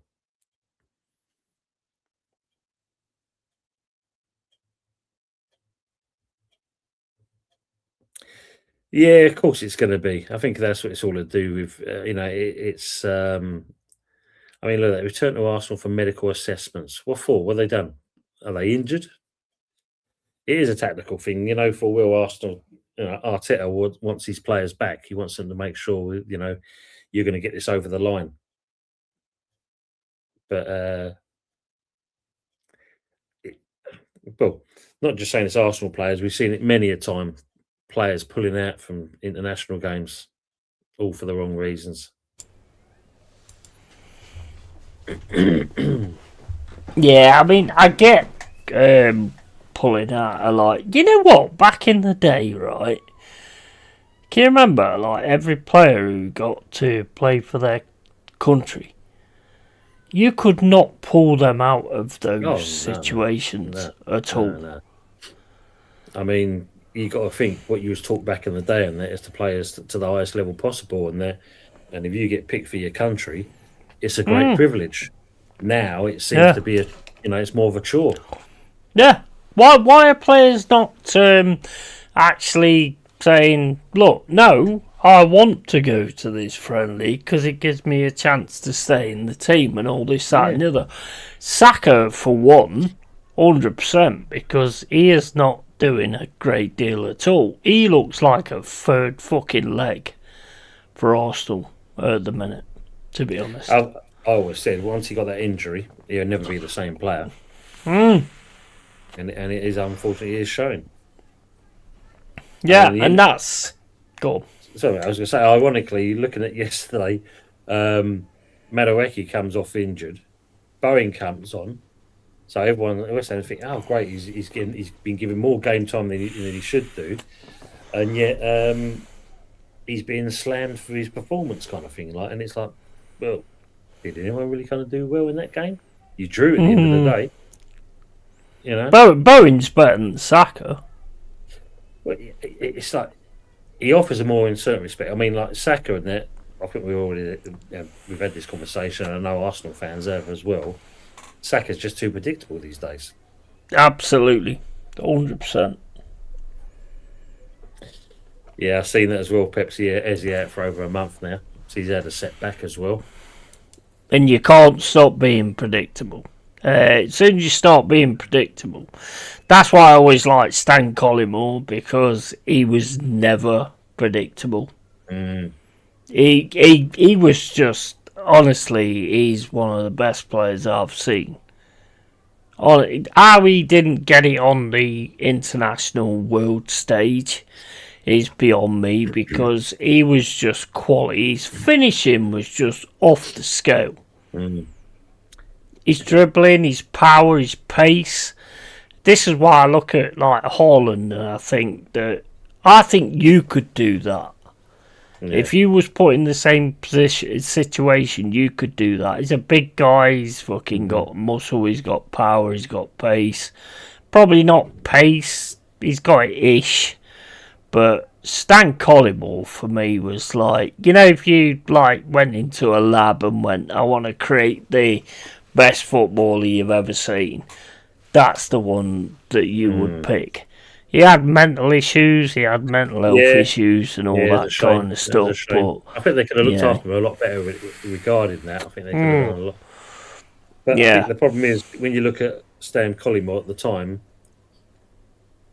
wrong club at the wrong time kind of thing. You know? It's one of those, when you face, if you're down there, I mean, like, you know, not being funny, look at us with Mark Noble, same thing. Should have been played in the midfield, and that, you know, West Ham through and through, dependable, did the job, battling, never got a look in. Stan Collymore, never really got a look in, you know, and play, you know, so many times. I think he got one game, didn't he? Didn't he get one game? Something like that. Yeah. But really, everyone knows, why has he not been given a chance? Because it's not being funny. You're giving other players. I mean, look at it now. You can. I mean, he's picked a 35-man squad, and you look at some of the players he's put in there. I mean, look. Tell me this, and Pepsi, I'll ask you this question as well. When was the last time you saw Ben White actually playing for Arsenal on a regular basis? He looked terrible the other day. Yeah, but he managed to get into the England squad, though. Work that one out. Do you know what? How the hell? I'll ask another question. How is Ben White a footballer? Because he said many times, I don't even like football. He said it many times. He don't like football. Yeah, but you don't mind taking the pound of pence, though. I can guarantee that. Exactly. Saying, look, so the last time Ben White was getting a regular football was last season. Yet he managed to get into this England squad. So all you've got to do, is put a pair of football boots on you, and you'll get a call up, son. You'll be all right. I won't, mate. I would not be able to run to the fucking penalty box, never mind the old fucking doesn't matter, pitch. Mate. Doesn't matter. You can put a pair of boots on, you'll get picked these days. That's what I'm saying, is that some of these players have been given the opportunity to play for the national team, and they've hardly played anything. And it's like, well, isn't it supposed to be based on your performances? If you asked me back when I was like 18 or 20, then I still wouldn't be able to do it. Just a couple of years ago. I'd have been too drunk. I'd have been too drunk, mate. 3-1 Belgium last season, and same with Lewis Skelly. Yeah, Lewis Skelly's another one that's just going to be thrown to the wayside. Yeah, no, but he's in the squad as well. Yeah. Big up, Alan Joystick, how you doing, matey? And Collymore and Roy destroyed defenders. Yeah, absolutely. They just didn't get on with each other, though. They didn't like each other. As long as you did the job, that's all that matters. Don't care about you don't like each other. Absolutely. You go on the field and do a job. Yeah, 100%. And it was like, I mean, this is the crazy thing for me. The money that Collymore went for, like 10 million. And then you look at some of them, how much money they go for now. And it's like, you couldn't even fucking clean his boots. You know? Yeah. Crazy, isn't it? Crazy. Absolutely crazy. What is your concept on football nowadays? Are you getting bored with it? Or are you like, obviously you're not getting bored with West Ham, I'm not getting bored with Forest. But what about like when you watch other teams' games? Are you getting bored with it? I think the way, when you look at last season, that was boring as hell because everyone virtually played like each other. No matter what team you was watching, it was like they're doing exactly the same thing. Yeah. This season, it's a little bit different. Big up Ahmed Joystick, by the way. Yeah, big up to him as well. And absolutely, Pepsi. Yeah, Andy Cole and Teddy Sheringham getting along with each other. Yeah, but you do a job. That's true. Yeah, but you do a job. But no, I mean, when you look at it, it is different this year at least. That's one good thing about it. There is some. I mean, look, we've gone back to at some points, but in playing 4-4-2. I mean, you don't see many teams doing that these days. Or I love it. You know what? I love to see that. I miss that so much. Oh, mate, we missed out on when we had like Skamaka and Haller. We signed them, and we thought we could play them as lone strikers. Moyes thought we could play them as lone strikers, and they was ineffective. You had, and this is what gets me about the fan base sometimes. Fucking moan like nobody's business. Oh, they're shit. Oh, they're this and the other. Because look, they can't score in. Yet they go on to other clubs, and they're always a scapegoat. Yeah, of course, it's an easy one. But they go to other clubs and that, and start scoring them for fun. And even Haller, even with his cancer, he comes back from cancer, overcomes that, and then carries on goal scoring. So it's like, oh, well, what's the difference? There is no difference. It's still the same player. So either we were doing something wrong, or the player was doing something wrong. For me, we were doing something wrong because we never utilised them properly. I think it's clear to see. Utilising players, you've only got to look at Gyökeres. Yeah. Gyökeres scores goals for fun, and he has assists for fun. And with a proper manager at Arsenal, Gyökeres will clean up. Yeah, I'll make you right on that. I mean, don't get me wrong. I know when he was here in the first place, he wasn't exactly great. That's why he was moved on to Europe. And yes, it's a different style of football over there. But again, supposed to be the best coach according to City when he went to Arsenal, Arteta. So why isn't he kind of got this player fired? Like you said, yeah, make it right, mate. Mate, a good manager makes the best of what he's got. Which is like why we won 2 European Cups back to back. Because he made the best of what he got. When Cloughie took over at Forest, all those players nobody knew anything about any of them. And he made a team. And that's the difference nowadays. Because nowadays they want a player to fit into a position. Back in the day, they worked with the players and they made them part of the situation, what they was doing, and that to me is the difference nowadays. It's like, my formation won't work, and the fans go with it as well. He's not doing anything because he hasn't got his players. Yeah, well, it's just get out of here, man. We had, I think you were on the weekend. Yeah, I love Lars Bowie. He was a good player. Brilliant. I mean, when we played, Aston Villa, Tadibo gets injured, and it's a case of we're supposed to have practiced most of the week in this particular formation, and a lot of things are saying, "Oh, look at that 4-1 there. She's taking the piss there. Look." See, don't ever listen to Pepsi, because Pepsi said he was on with the USA, and now the 4-1 down. Mate. But yeah, with our game, it's a case of like Tadibo gets injured, we've had to change things. Freddie Potts comes in, and you got. And I saw it with a few West Ham fan bases saying that because of that, it unsettled us. And it's like, these are pro players. You can't tell me that, okay, you've been practicing a certain position, formation.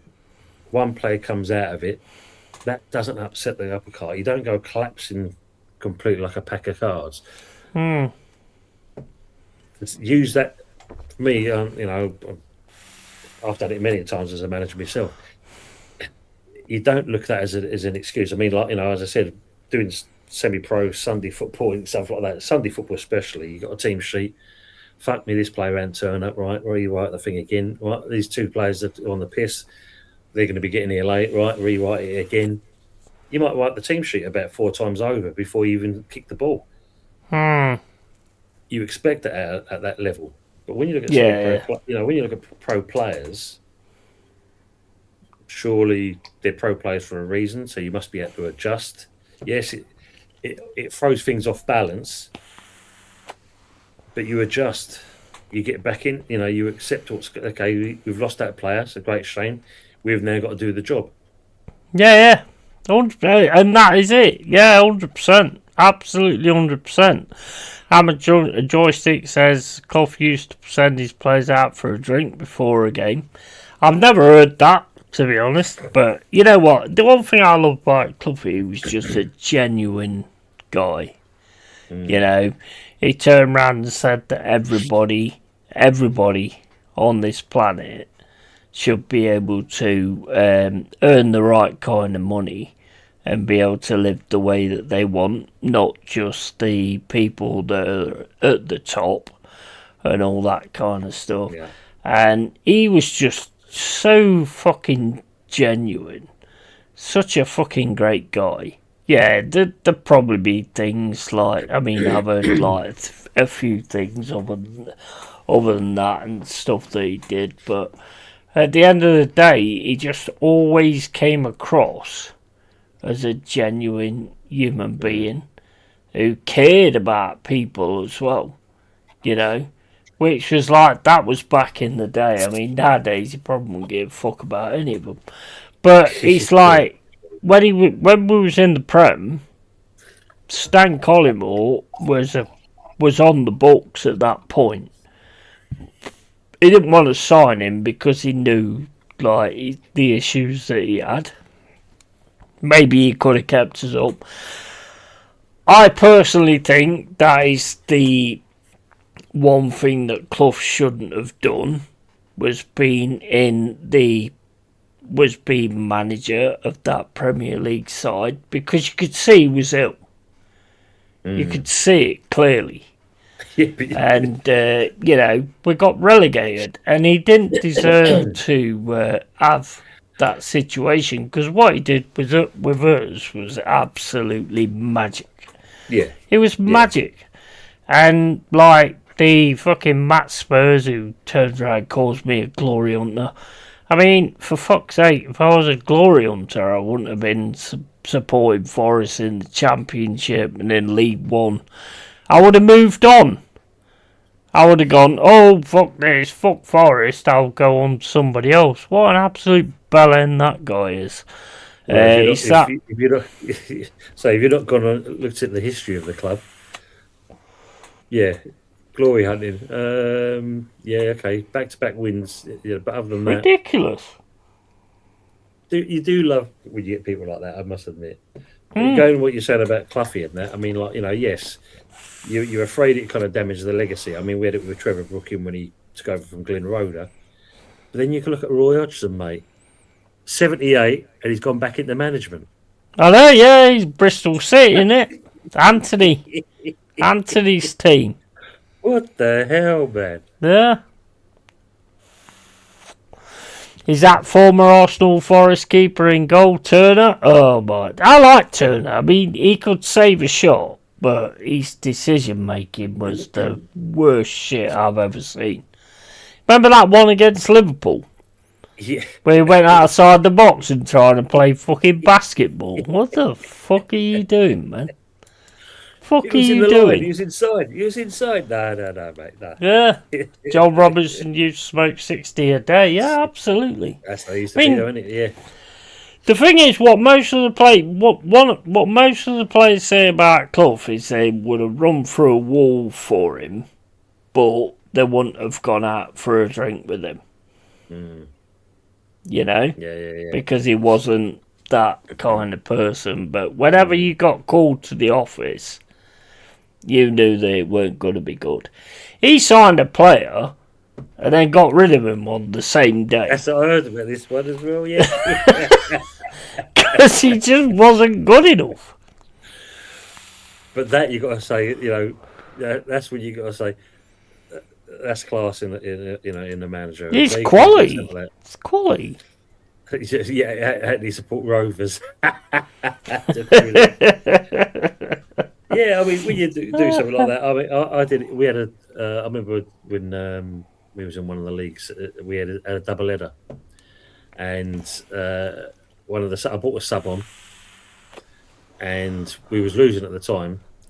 Took him off, brought someone else on. We won the game, and the players afterwards were saying, Why did you sub him?"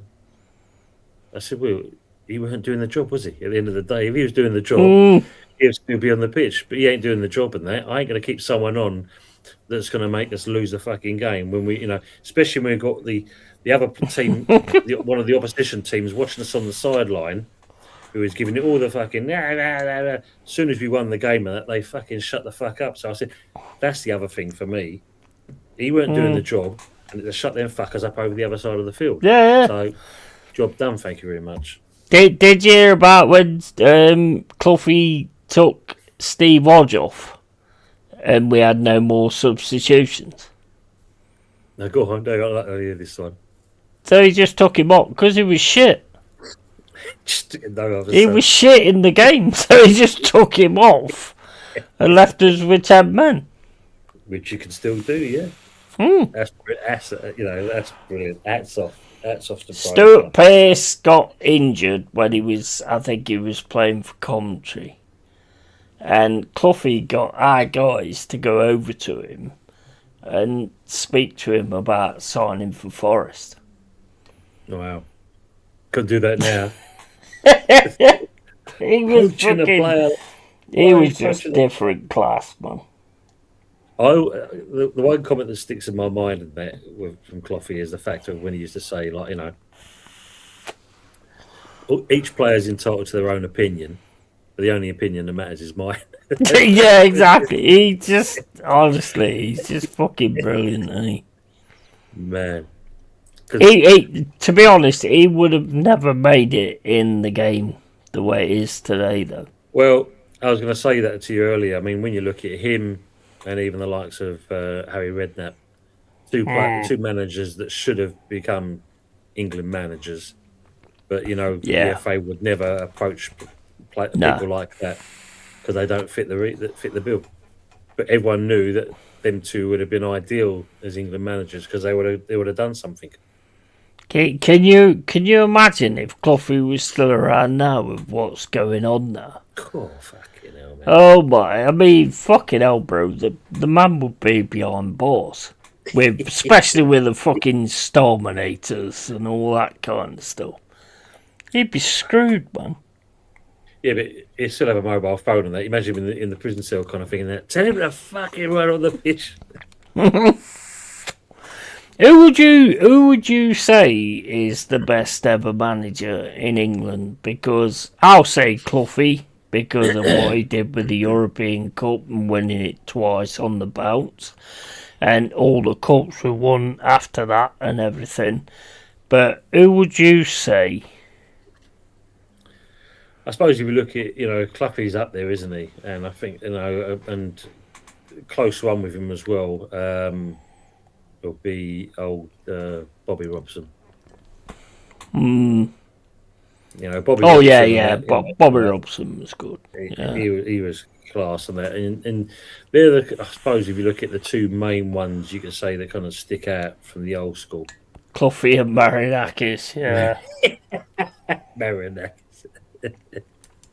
I mean, obviously, yeah, Fergie, obviously, like, you know, when you look at it, that, you can't fault in itself because that was, you know, he was judge, jury, and executioner for any player. And yeah, but I mean, there was a lot of money involved in that. I mean, I know Cloughy made the first like £1 million signing with Trevor Francis, there was a lot of money that Ferguson spent don't to forget, actually get where he got. Was on the being sacked, and yes, the money obviously helped, but his man management, when you look at what he did there as well, I mean, at the end of the day, you've got big players coming in there, and as soon as you open your trap, if he didn't like that, you're gone. You know, Yap Stam was one classic example of that. True. The Derby as well. True. Coffee did, yeah. And I think like both of them have a shout. To be honest with you, I think both of them do actually have a shout. And he did do it with his sheep shagging dirty bastards as well. I mean, at the end of the day, to be honest, if you look at it, we got lucky with the sense that Cloughy fell out with the chairman of Derby because he wanted to shag more sheep than Cloughy did. And so he got rid of him. And that's how we, got Cloughy. So, yeah, I suppose you have to look at that as well. What he did, what Fergie did with Aberdeen, 100%. I mean, he was obviously a quality manager, but when he took over Man United, he did, as you've said, he didn't, hit the ground running, did he? No, it's right. And this is the thing, I say he was on the verge of being sacked. And then, and you got to think as well, when you had the Busby Babes and then you had Fergie's kids that came into the thing, 999. And what those. Sorry, I got that wrong. I didn't mention the pence. Did you see it when he fucking was signing him, and he turned up with his squash racket? Squash racket, bloody hell, man! That's. If you look at the video, he turns up into the interview with Trevor Francis, and he's got his squash racket with him, and all this, that, and the other, and he's talking to Trevor Francis. Hopefully, I can score goals for you, and all this, that, and the other. Well, if you can't score goals for me, young man, then there's no point in me signing you anyway, is he? Honestly, so many stories are just amazing. Amazing. And that's what you want at the end of the day. I mean, I know Trevor Francis was a good player, but that's the degree consider his TV pundit days. God dear me. There's more chance of seeing paint dry. Oh my days, look at that. Potch out. Jeez, you know the worst part of me when I read the autobiography of Brian Clough? Derby was his team. Really? Interesting. That's what it says in that autobiography. But I suppose if you look at it again, when you think if that is his team, and obviously the way it was being handled, it was a case of stick 2 fingers up. I'm done with it now, and now this is my place, and I'm gonna prove you what I'll do. And he did. Yeah, he did that. 100%. For fuck's sake, 1-5 Belgium. Oh my days! Take your hands out of your pocket, young man. Yeah. Absolutely. We've got an Arsenal fan coming on there, Central Man. So big up, Central Man. How you doing, bro? Yep. All right, mate. Yep. Good evening. Yeah, I mean, when you look at that, absolutely superb. Potch out though, look. Is Potch kind of doing that to line himself up for the Spurs job? Muck up with the US, and now can come back to Spurs. Who they gonna get, man? Who they gonna get? Well, they're talking. I mean, look at Spurs. They're talking about De Zerbi is the one they want, but De Zerbi said, "I'm not going to come there unless they're in the Premier League." Yeah, but I mean, is it manager or is it players? Because to me, it's players. Players, and it's the actual the management that run the club. Mm. You know, not being funny. I know. I also we're like with Thomas Frank. When you look at the previous managers they've had there, you've had Conte, Mourinho, you've had obviously Nuno there, etc. The one thing I would want is a guarantee in writing, in black and white. Am I getting the money to get players? Yeah, absolutely. If you're just saying it, because and then not kind of living up to that, that's the problem he's had. All of the managers have had there, not really been backed. Yeah. I thought they was going to get Ryan Mason. But how are you anyway, Central Man? Yeah, I'm good. I'm good. What about last week's cup final? Oh, that was a crap game. That was a crap game. I knew for months now Arsenal are not going to win that cup. You know, about a month ago when we beat Chelsea in the semi-finals, I thought when Newcastle beat not Newcastle, Man City beat Newcastle, I said we're not gonna win it. This manager is gonna mess up the final, and he did. Do you think you just laid down though? See, yeah, I thought we like in the first half we were all right. We're mostly in that box, and then when they get to the first second 20 minutes. Yeah, first 20 minutes. But by the time and then when it gets to the second half, we're just completely went downhill. That Kepa, man, he's worse than Almunia. It's not, yeah, but it's not just on him. I mean, they got to Kepa. That was the problem. Yeah, I understand. You know, it's not just him, but at the same time, you know, it's like when he I'm trying to say, yeah, you can't, you can't dropping that ball, can't catch the ball, but yeah, I felt sorry for Ray, man. It's kind of a requisite for a goalkeeper to be able to catch a ball, isn't it? Yeah, catch the ball, but I hope but there was no fight, no passion, no look like we don't. It's a cup final, everything could happen in a cup final, nine times out of 10. Sometimes you got the main favorite's gonna win it, but unfortunately not the case. Sometimes the underdog prevails, but we don't act like the underdog. We're just park the bus, and we got some injuries now. Madueke, he's now injured. Got injured last night. You didn't even park a bus, mate. You parked a mini. Yeah, you probably parked the mini. I don't know what we parked, man. This is, I don't know what the hell, this whole, this manager, man. If you don't win something, I think he needs to go. I think the board needs to have some back, need some balls, cojones to sack him. But I don't trust the Kroenkes, man. I don't buy into the whole Joss they want to win. I'm not buying in that, man. They're there for money. Because Josh Kroenke was there on the Sunday, wasn't he? Josh Kroenke was there on the Sunday, wasn't he, for the final? I think he did. Yeah. Yeah, he just said years ago about. I think he left 10 minutes in. Yeah. It just sounds like our ownership don't care about the club. If you own a sports team, you can tell some sports teams, American owners, not all.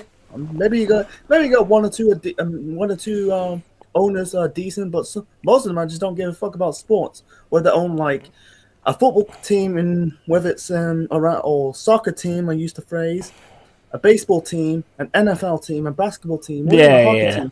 They don't care about sports. They care about money. That's always going to make a difference as well when they've got other agendas. going on. I mean, our owner has like Olympiacos, but I don't think he like cares about Forest as well. You've got West Ham's owners who have loads of OnlyFans and all those porn channels and stuff, and that's kind of all they care about. I mean, well, it's obvious, isn't it? Because they're fucking them left, right, and centre. Yeah. Very true. Very true, man. Yeah, it'd be cool if like some our clubs be owned by an Arab, whether it's a Saudi, a Qatari, from Abu Dhabi. Like at least it'll bring that mentality back into the clubs. Yeah. You know? You But- need but, like, Genghis Khan. You need Genghis Genghis Khan. Khan fucking running your club, then you'd be fine. Yeah. Yeah, it's like, at least, but I really want to like a Qatari or Saudi, but our fan base, they're going to go with the whole human rights crap, Let me just No, cover it's like, some of this chat. even though like everything they wear, or their phones, or the let me just cover this chat, mate. Ahmed Joystick says, I told you, that Spurs was shitting about our game last Sunday. Yeah, man, you called it. And worse than Kinksky, and always had a soft spot for West Ham. Yeah, I like West Ham. I do like West Ham. Okay. Getting comeback is on USA 2, Belgium 5. Yeah, man. Poch back in again. Keep loving that. Keep Poching. Yeah. But I mean, the thing is, like, one thing we've got to cover here, right? We all want rid of Arteta, but we all know that if they get somebody, a manager that's actually a manager, we're all fucked. Yeah. Let's face it. Yeah, I'm on board. I'm really hinting on Cesc. Cesc Fabregas. He's doing well at Como, even though he hasn't won a trophy yet. But he's let these players play ball. That's the problem with some of these hippie managers. That like these big clubs hiring these hipster managers have done nothing. You got to start. Like, I'm pretty sure Cesc. He starts out with a small club in Como. That's near Milan. Going up to Serie A. I can't remember. I think they're like in the Coppa Italia. I might be wrong, but they're likely get European. They're likely to get European football. At least like, like let those play. They don't like make. Like I watched a little bit of Como. They actually play ball. The football is actually good. Like you got I've some of these never managers. heard of Como. Oh, it's me neither. But I think it's also owned by Thierry Henry's part of the club. I think he's part of the essentials of the club. But wow, Okay. You can tell like that mentality. They had Pepe Reina, they had Sergio Roberto, who used to play for Barcelona.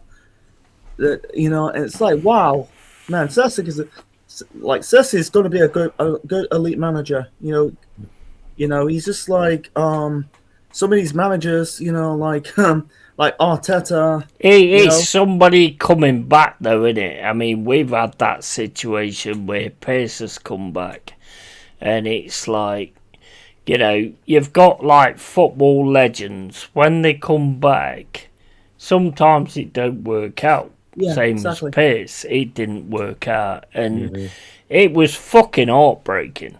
It was heartbreaking that it didn't work out. Because, same as you, Tom, if you had, like, say, Mark Noble come back and be a manager of your club, who's a legend of your club, Julian Dix, and, there's so many others who I can't remember. Yeah. But, if you had those guys come back, do you think it, like, kills their legendary status? Because it's never killed their legendary status with me, to be honest. It can do. I mean, like I said, Trevor Brooking was one. When Glenn Roeder was sacked, Trevor Brooking had to kind of finish off the season.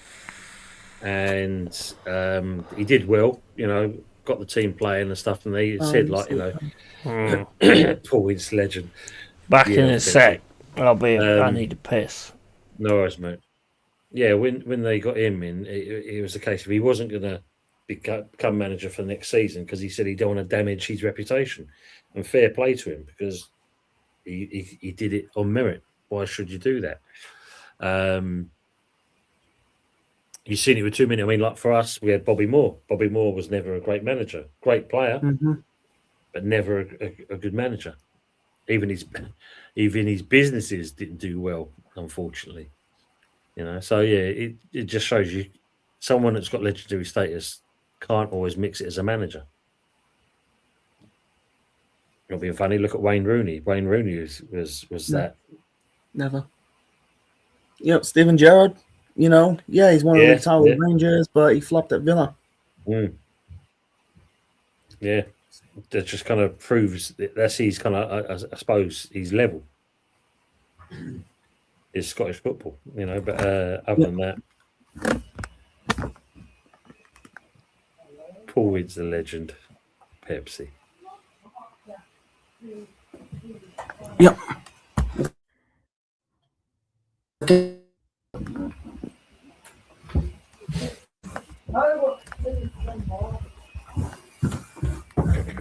Hopefully be back shortly.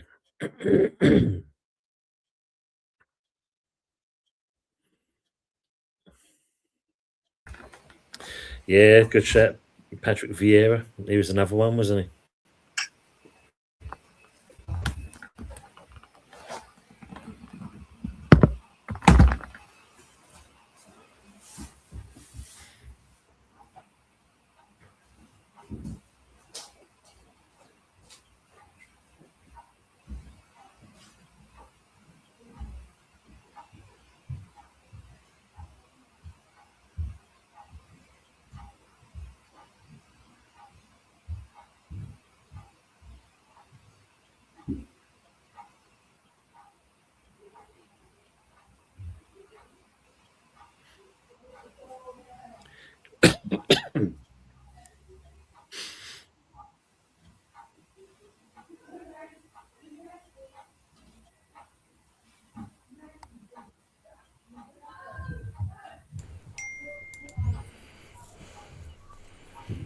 Hello? Hello, Ian. Welcome back. Hello, we're talking. No, we're talking. Patrick Vieira. Oh, mate, what a class player. Class player. Clough was a very good player until injury ended his career. Yeah, absolutely. Fucking hell. I can't remember how many goals he scored for Sunderland, but fucking hell. Yeah, he was a good player. I was just saying, though, Bobby Moore was the same. Bobby Moore, great player, but no good as a manager.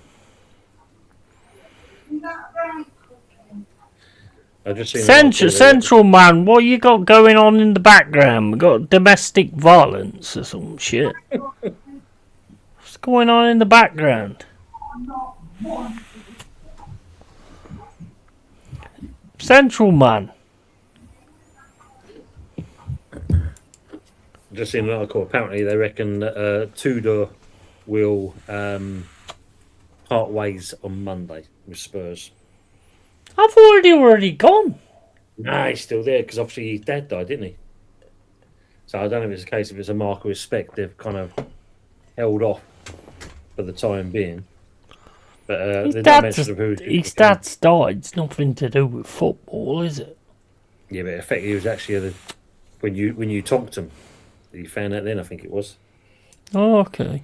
Wait, did he find out half time? I think it was something like that, yeah. That's why he didn't do the press conference afterwards. Because that reason. Yeah, that's not good, is it? But that was like, I remember with Lopetegui, his dad died.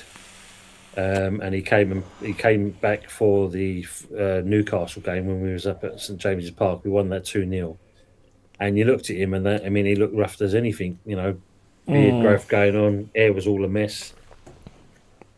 But yeah, so maybe Spurs. Yeah, I mean, nobody wants that, do they? No, nobody wants. It's just got hit by a frying pan. I'm not sure. Me, all I could hear was like fucking somebody having a go at somebody. You know what I mean? Not having that on stream, bro. Come on. Yeah. it's live, isn't it? It's live. It'd be like one of those all right in the night moments. It'd be one of those. Yeah, but the thing is, Ton, I'm a professional. I'm a professional. I can't have that kind of shit. I was going to say, professional or professional? Don't know. Whatever I said. Whatever I said. Right, we'll bring him back in. You got to be domestic. Hi.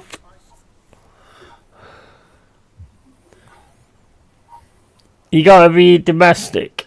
Domestic. Central man. Yeah, I can hear someone arguing in the background.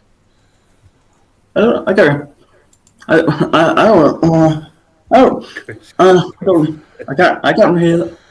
really hear it. Well, I did. And everybody else did.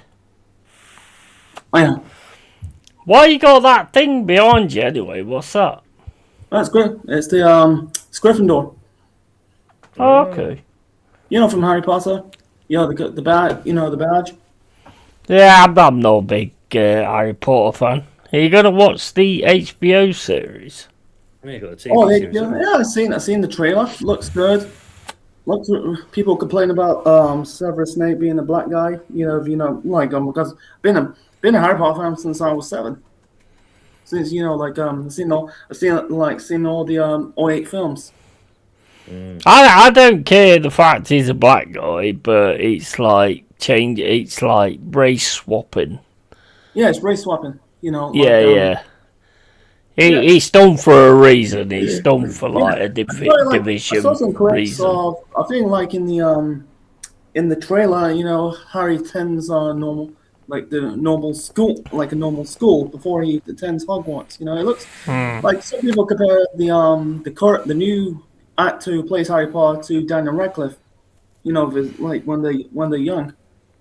Is this what Arsenal fans do to get away with like last week, not showing up, so they go on to Harry Potter and look on to the magical side of things? Yeah, it's like because it's no it's better than watching international break. Because the international break, international break, man, sucks, man. It's just like a break. Yeah, it's taking a break. Yeah, it's taking a break. Your team, in the losing streak. It's like, yep, yeah, get out. Well, I mean, you've got. I mean, I get it because you've got Arteta, who's Dumbledore. So I mean, you can like get it in that respect, I suppose. Hey, it's probably one tail. So you always liked Harry Potter, then? Yeah, as a kid, like since I was 7 years old, I've never gone with it. I'm not that keen on it, to be honest. Like I've seen the 8 films. Not really keen on the Fantastic Beasts, the prequels, the Fantastic Beast films. Like it just reminds me of the Star Wars prequels, and then back in the 90s, like the prequels, how it's all about Anakin Skywalker becoming Darth Vader. It's like Fantastic Beasts is similar to that beat. Yeah, I've never really been bothered about any of that, to be honest. Yeah. That guy from AFT is vulnerable. Yeah, bigger. Big. I wish Gryffindor. Yeah, I wish Gryffindor's an actual football club. Oh, really? I mean, I saw the. Oh, you wish it was there. Yeah, I mean, I saw the trailer for the new Harry Potter thing. Seemed like they've wasted no expense when you're doing that. But then, have you watched the the Knights of the Seven Kingdoms? Oh, that's brilliant! It's supposed to be set back. Was it 100 or so years before? Is that Game of Thrones? Is that Game of Thrones? It's like a spin-off. Yeah. It's a prequel. It's a prequel to the prequel, isn't it? In that respect, it's quality. It's like, yeah. it's like it's like I kind of like the medieval stuff, I watched Game. Yeah, he's like, seen all 8 seasons of Game of Thrones. Didn't really see. I haven't really saw House of Dragons yet. That's good. You want to watch that? That's Seen, not bad. That's not bad. seen The Witcher. I used to watch The Witcher. Yeah, Witcher went woke though. Witcher went woke. Like, I got like with Henry Cavill, and then all of a sudden, I think it's after the second season, it just went downhill. I feel like, I think my theory of The Witcher, I think they're trying to be more like Game of Thrones. They're trying to cramp a lot of storylines. It's just like alienating. The game. It's based on the game. The Witcher. Yeah, but it's not 100% based on the game because I've actually played the game and they changed it up to be fucking woke. And I have no time for that shit. Same as I have no time for race swapping either. I have no time for that bollocks. There's a problem with woke, man. It's just like it's ruining its part of society. It's ruined shows, man. It's not take. People get offended. People getting offended. Like look at Game of Thrones. They get away a lot of shit. I think they're like. I think what's it? I think like they produce a lot of controversial shit. Like I think like some character got stabbed a pregnant woman. There's one. I think it was after Ned Stark got his head chopped off, and then it was one of the heads is George Bush, the former president of the United States of America, and it got really a lot of controversial shit. Like we're in council culture now. Like mate, we're in stupid culture. No. Stupid culture. We are an absolute stupid culture. Everyone's an absolute fucking retard, and everyone's going on like an absolute retard. Emma Joyce says, "Have you completed Resident Evil yet?" No, not yet. I just put out the second episode of it. Man, there's some great jump scares in that, I must admit. I'm a massive horror fan. Yeah, same here, man. Same here, but the films don't get me as much as the games do, because the games are like first person, so it's like you're right in there with the headphones on and everything like that. And you know what? I'm a jumpy bastard. I am a real jumpy bastard on horror shit. I've never noticed that on some of your shorts either. Like, that you're a jumpy bastard. Mate, I'm fucking proper jumpy. But I love it though, Tom, because the films don't give me that anymore. Yeah, but the problem with them, like, I understand like having joysticks there, but some of the horror films, it's when they kind of go beyond, and it's like, come on, you had the original format. Why long the shit out of him? I mean, the one that for me was like Final Destination. The first film, brilliant. And then you went and did a string of them, and it's like, nah, you lost the plot. Saw was the same thing. Great concept. Yeah. Lost the plot as it went along. Yeah. And they're not being funny. I mean, still love Saw. Yeah, I mean, brilliant film. Great. Yeah, concept. I like Saw, man. I don't. Do you know what I like about Saw? Is it gives me ideas for when I've just had enough of life to take out people. Yeah. And also with Final Destination, here's my theory about Final Destination. I think the one, if I compare the Final Destination film, I compare it to The Omen. Have you ever seen The Omen? The Omen? Mm-hmm. The Omen? Yeah.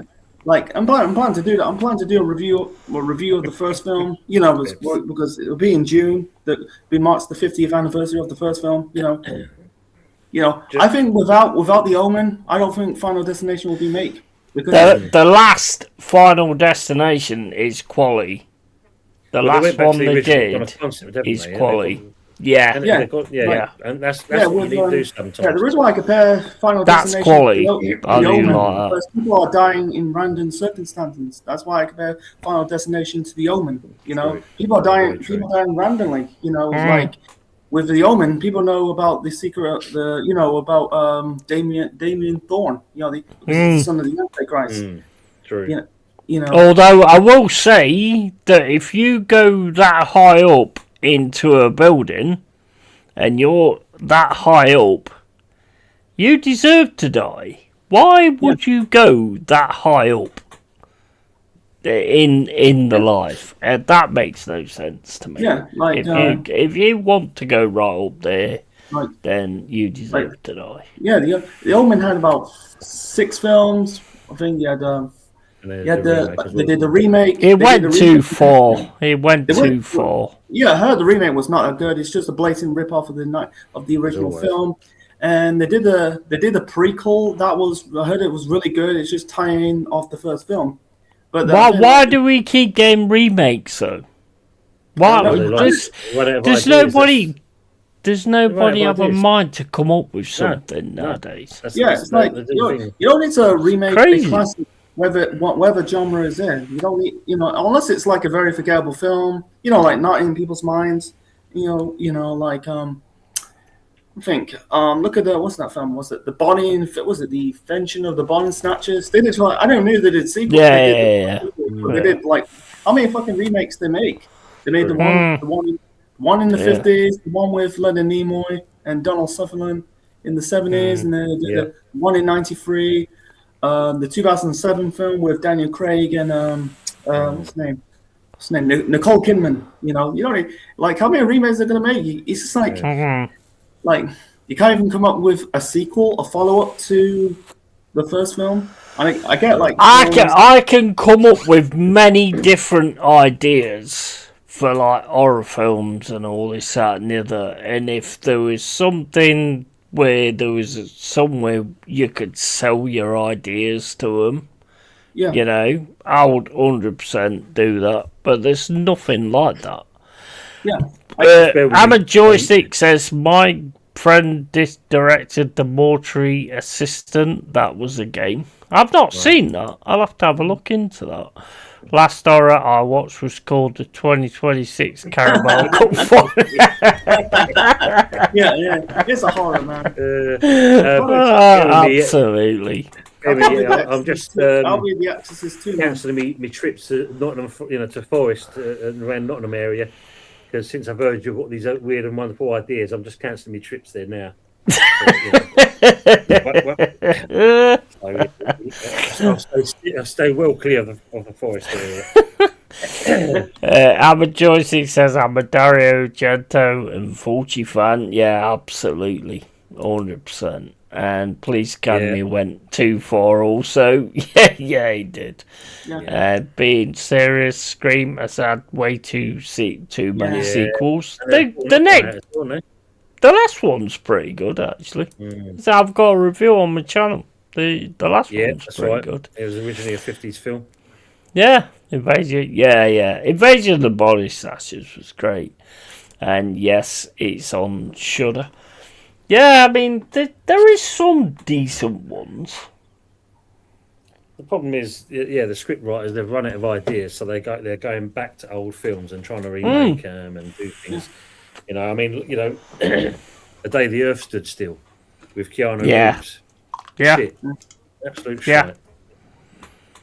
Nothing on the old, the original one. Nothing on that one. Even, what was it? Old, one with Tom Cruise. What was it called now? It's gone out of my head. War of the Worlds? That's the one. Yeah, even that. I've seen that film. That was terrible, that was. Yeah. That's terrible. Yeah, it's been a long time. That's terrible. It's the one with Tom Cruise in it? Yeah. If you've ever listened to the album, the films are shocking. Yeah. They're terrible. They've never done a good rendition of that album. Apart from the original one, you might as well say the original 1950s one. Version of War of the Worlds. Sometimes it reminds me, it feels like you're watching an episode of Doctor Who. Yeah, it's true. Yeah. But the original one, because that one, I think actually won I used to watch Doctor Who, and then when David Tennant was there, and then after, once he left, I trying to get into Matt Smith. I was like, Stop watching it. Kind of come back with Peter Capaldi. Start watching it again. And that used to be a good show, and then it's like fucking BBC ruined it. Yeah. Because they're woke Bring wankers as back well. Torchwood. That show was good. Torchwood. That you saw us, yeah. Oh, Torchwood was quality. That was I quality. only love 80s horror. And the thing is about Torchwood is what you got to understand is Torchwood is exactly kind of what's happening nowadays with they made it where the aliens came over and wanted the kids for like the drug and all that kind of stuff. But that kind of thing's happening nowadays because if you look at like adrenochrome and all that kind of stuff and the Epstein Islands and all that kind of thing, it's exactly the same thing that's happening. But the thing is, what you got to take into account is this shit has always been happening. But now we're so distracted with social media and phones and all that kind of stuff that we are the most distracted era. These things happen, but we're distracted from it. So we don't take any notice of it. But people that know. The Blob was a good remake. Yeah, the Blob was good. Yeah, absolutely. I watched the original the other day. The original was good as well. Really good.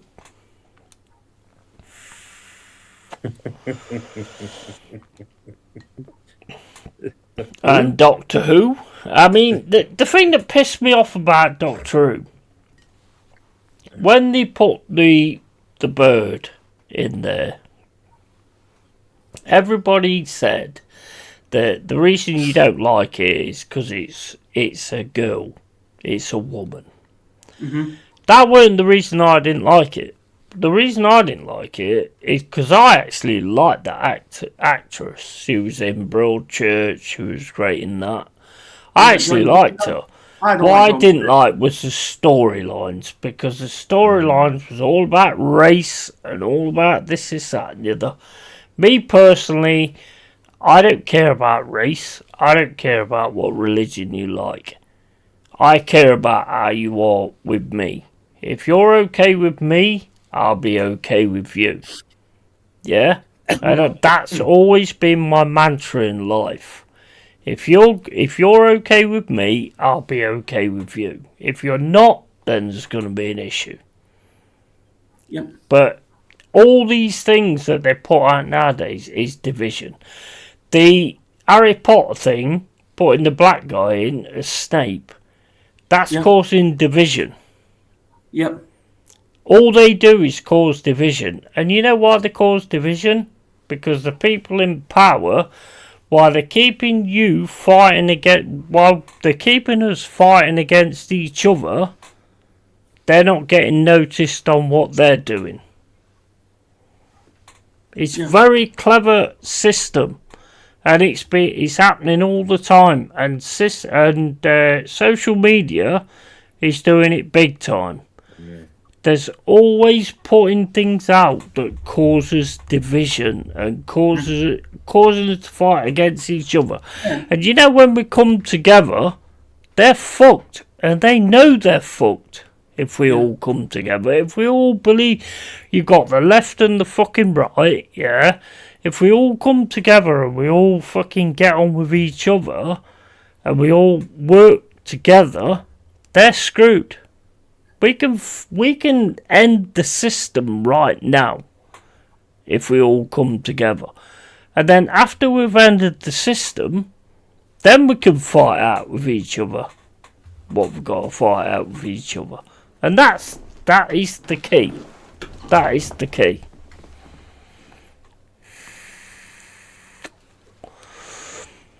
Just saying. Amos says, bad script writing now, Doctor Who. I loved the first 7 Doctors. It was brilliant. Mate, I used to fucking shit myself when I heard that music. That music always used to get me. Oh, yeah. Harriet Potter, and it's all woke now, and all join the middle. Yeah, mate, if we all join together, we all have the same thought, they're fucked. That's why they keep constantly trying to divide us all the time. Yeah, it's divide and conquer. Yeah, of course it is. Of course it is.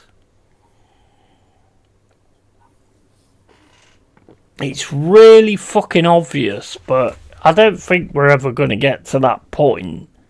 They are calling the shots. They are calling the shots at the minute, and they know when they're not calling the shots, that's when it all goes. You know, for they'll try and silence you. That's the thing. Yeah, but the So, thing yeah. is, without us, they are nothing. The millionaires, the billionaires are nothing if we don't buy the shit. Exactly. Do you know what I mean? Absolutely. Yeah, absolutely.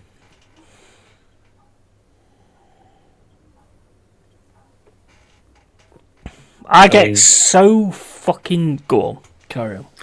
No, because I mean, look, the problem is that's what they expect as well, because they know it's going to wind up people like yourself, and there's many of people like that will easily kind of jump on that bandwagon because it's an easy target, and they know this, and it just adds fuel to their fire. I mean, I was just going to go slightly off topic, but it just kind of shows you, like for instance, I don't know if you've seen it. So Lord Coe, there's going to be the new athletics in 2029, and he's asking for West Ham to vacate the London Stadium for 3 or so weeks, so they can have athletics there. And West Ham saying, "Now, we've got a contract. We've got a contractual obligation to play football there. That's what we've signed up for, a 99-year lease." So basically, they're saying to him, "Get stuffed." He's there saying, "Well, you're going to derail us for the bid. I know there's other people going for bidding for having the athletics stage there. So if that's the case, doesn't really matter then. Why give a club a 99-year lease and expect them?" And this is when the season starts as well, by the way. They're expecting West Ham to leave when the football season starts so they can play athletics there. What? That's what Lord Coe is expecting West Ham to go. "Oh yeah, we'll agree to that. Yeah, we'll do that. Yeah, no problems at all." Nah. What the fuck? So where are you going to play then? Exactly, because what it is. He wants to do it so people can get the chance to see athletics, but he doesn't come up with where West Ham should go. It just goes, "Can you vacate?" So it helps us win this bid, play having athletics in London. That's all he's worried about. So he's looking at income coming in from the tourist trade, but nothing to say that where West Ham should go and play. So why suggest something if you're not following up with where we should go? What, we're going to ground share with someone? What? Go and play in the park next door? That is ridiculous. That is ridiculous, and again, just like kicks the fans out the way who's made the club from the very start. We'll put the next comment up because this is one of the athletics that the Olympians have put in there. Look at the next comment. Well, Mr. Whitesnake's back again. Oh yeah. So So still going. I don't know if he can't sleep or whatever. But big up Mr. Whitesnake. So yeah, look at Pepsi, this made me laugh. Keely Hodgkinson has poked fun at Premier League side West Ham by claiming Great Britain will win more wet medals. More wet. Oh, for fuck's sake! More medals at the London Stadium than the Hammers have in their entire history. This whole thing's that's messed up, man. Yeah, Right. well, West Ham fans have replied back and saying that do you not realise to this Keely Hodgkinson that everyone that plays in the Premier and that gets a medal when they finish the campaign. So if he works a maths out, then we win more than what they do. So stick that in your pipe and smoke it. What the fuck has she got to do with it anyway? No, because she's hoping that that we're gonna, because she's made that comment, that should be enough to say to us, yep, we'll leave now. We'll leave for them 3 weeks. So you can have your Olympics there. Days. Yeah. This fucking feminism is crazy. This whole feminism is ruining. It's like sometimes I feel like with some of these feminine stuff, man, too much. Like it's all about women. It's women's first. Women, like these people gotta realize men create this whole thing first. Yeah, it's crazy. Fucking men create everything.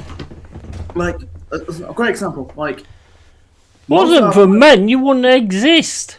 Yeah. Well, if it weren't for them, we wouldn't exist. Because then again, we wouldn't have been fucking born. But most of our country, man, most of our prime ministers has been men. We had more kings than queens. Yeah. It's all about women this, women that. Like who cares?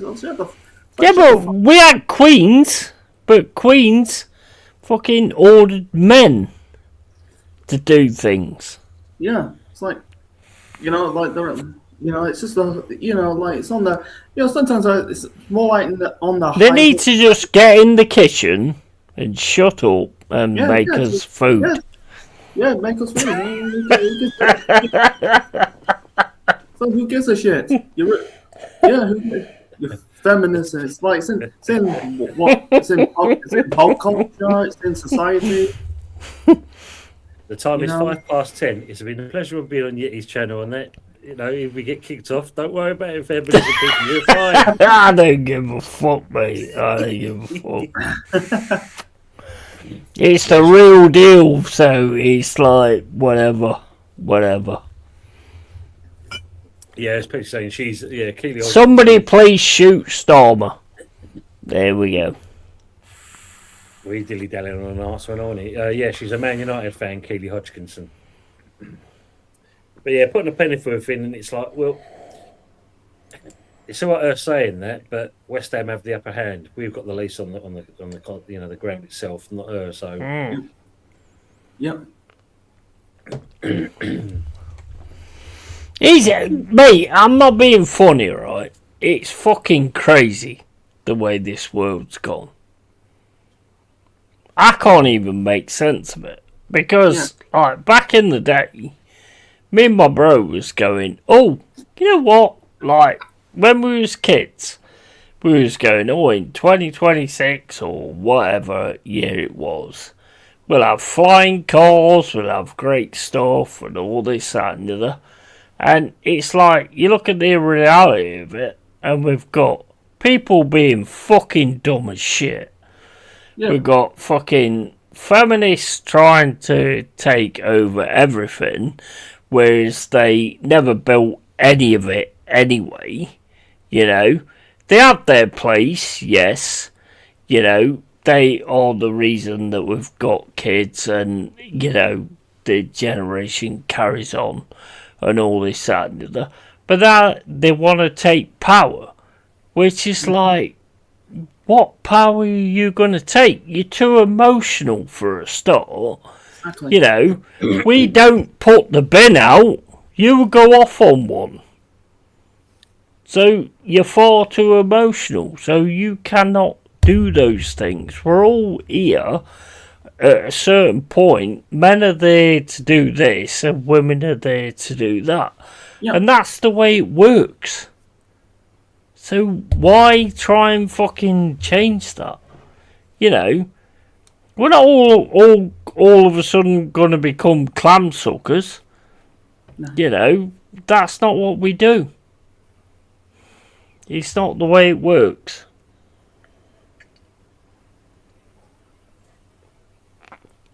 I had to have a drink before I said the next part. Yep. But it's like, this ain't the way it works. And the thing is, what you've got to take into account is the people that are running this shit, they're the ones that's making this shit happen. They're the ones that's causing the division between race, between sex, between all of it, they're the ones that are the problem. Well, if you look at it at the moment, you've got one person that is basically crippling the world because he wants to kind of sort something out in Iran, and that's Trump.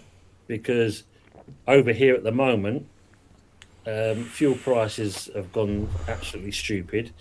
Heating costs have gone up astronomically, and you're now finding petrol stations are closing because there's nothing left because everyone's panic buying because of his comments.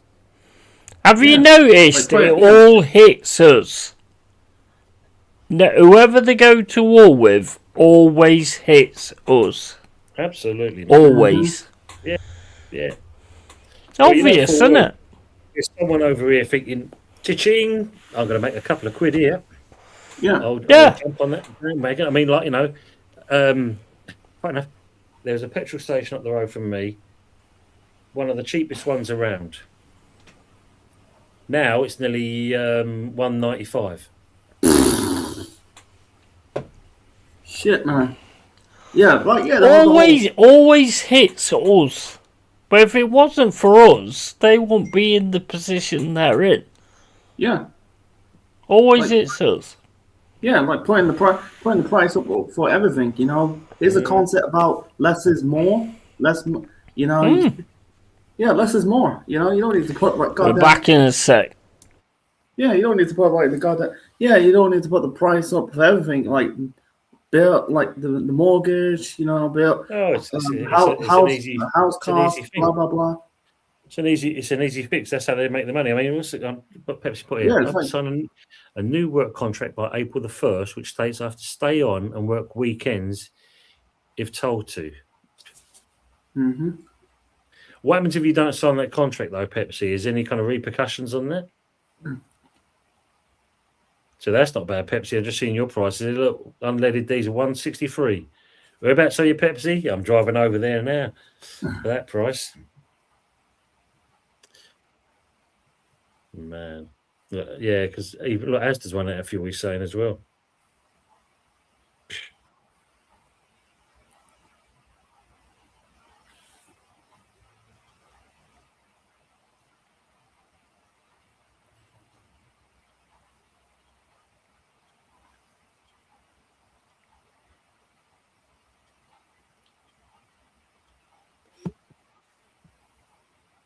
Hammond Joyce is saying that's because the government take out nearly half the fuel. Yeah, they do indeed. Remember years back, was it for every £20 of fuel you put in, I'm going back about 15 or so years, every £20 you put in, £16 of that goes to the government.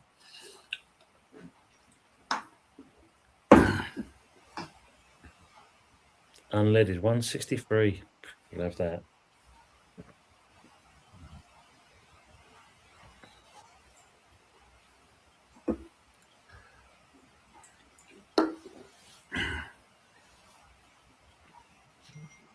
As well, Pepsi, for that contract you got to sign, do they actually kind of give you more money for doing that as well? Is it overtime? Is it kind of double? Time and a half?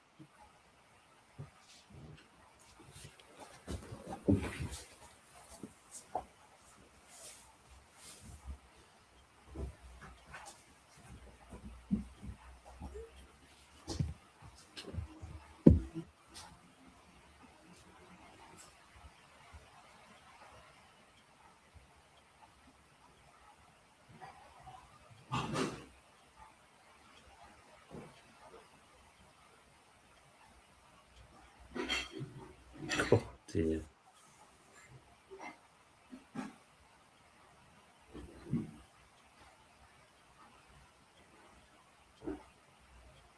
$175, yeah. Yeah, the Tesco's near me is that price as well, Hammer joystick. What you got to take into account is people stay in power by dividing the people that they're in power to. And they're constantly doing it. They're constantly doing it by race or whatever, by race swapping this or race swapping that. You know, and it's always going to cause division.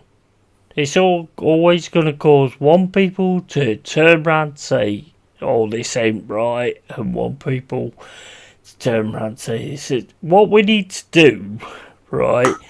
This is how we solve it. This is how we solve it.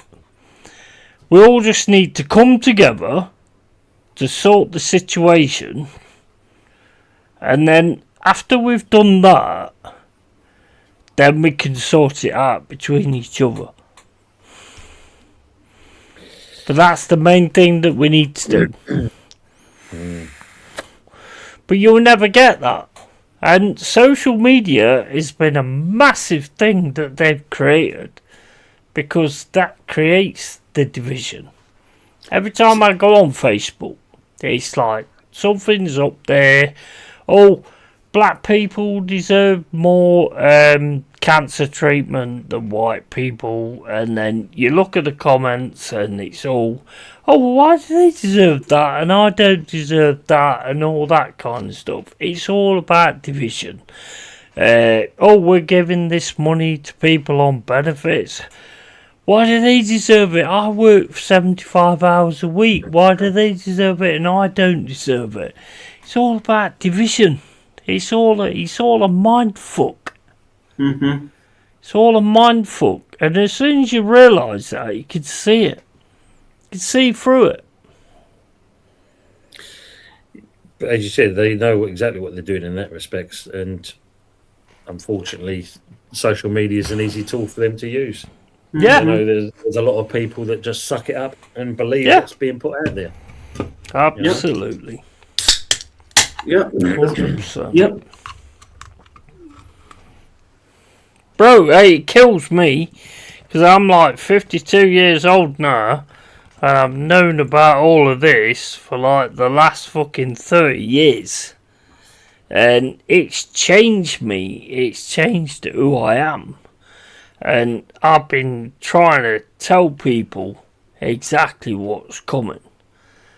So obviously I've like alienated a few people to how they think and all this side of it. I'm not trying to change how you think. I'm just saying what I can see is coming. Mm-hmm.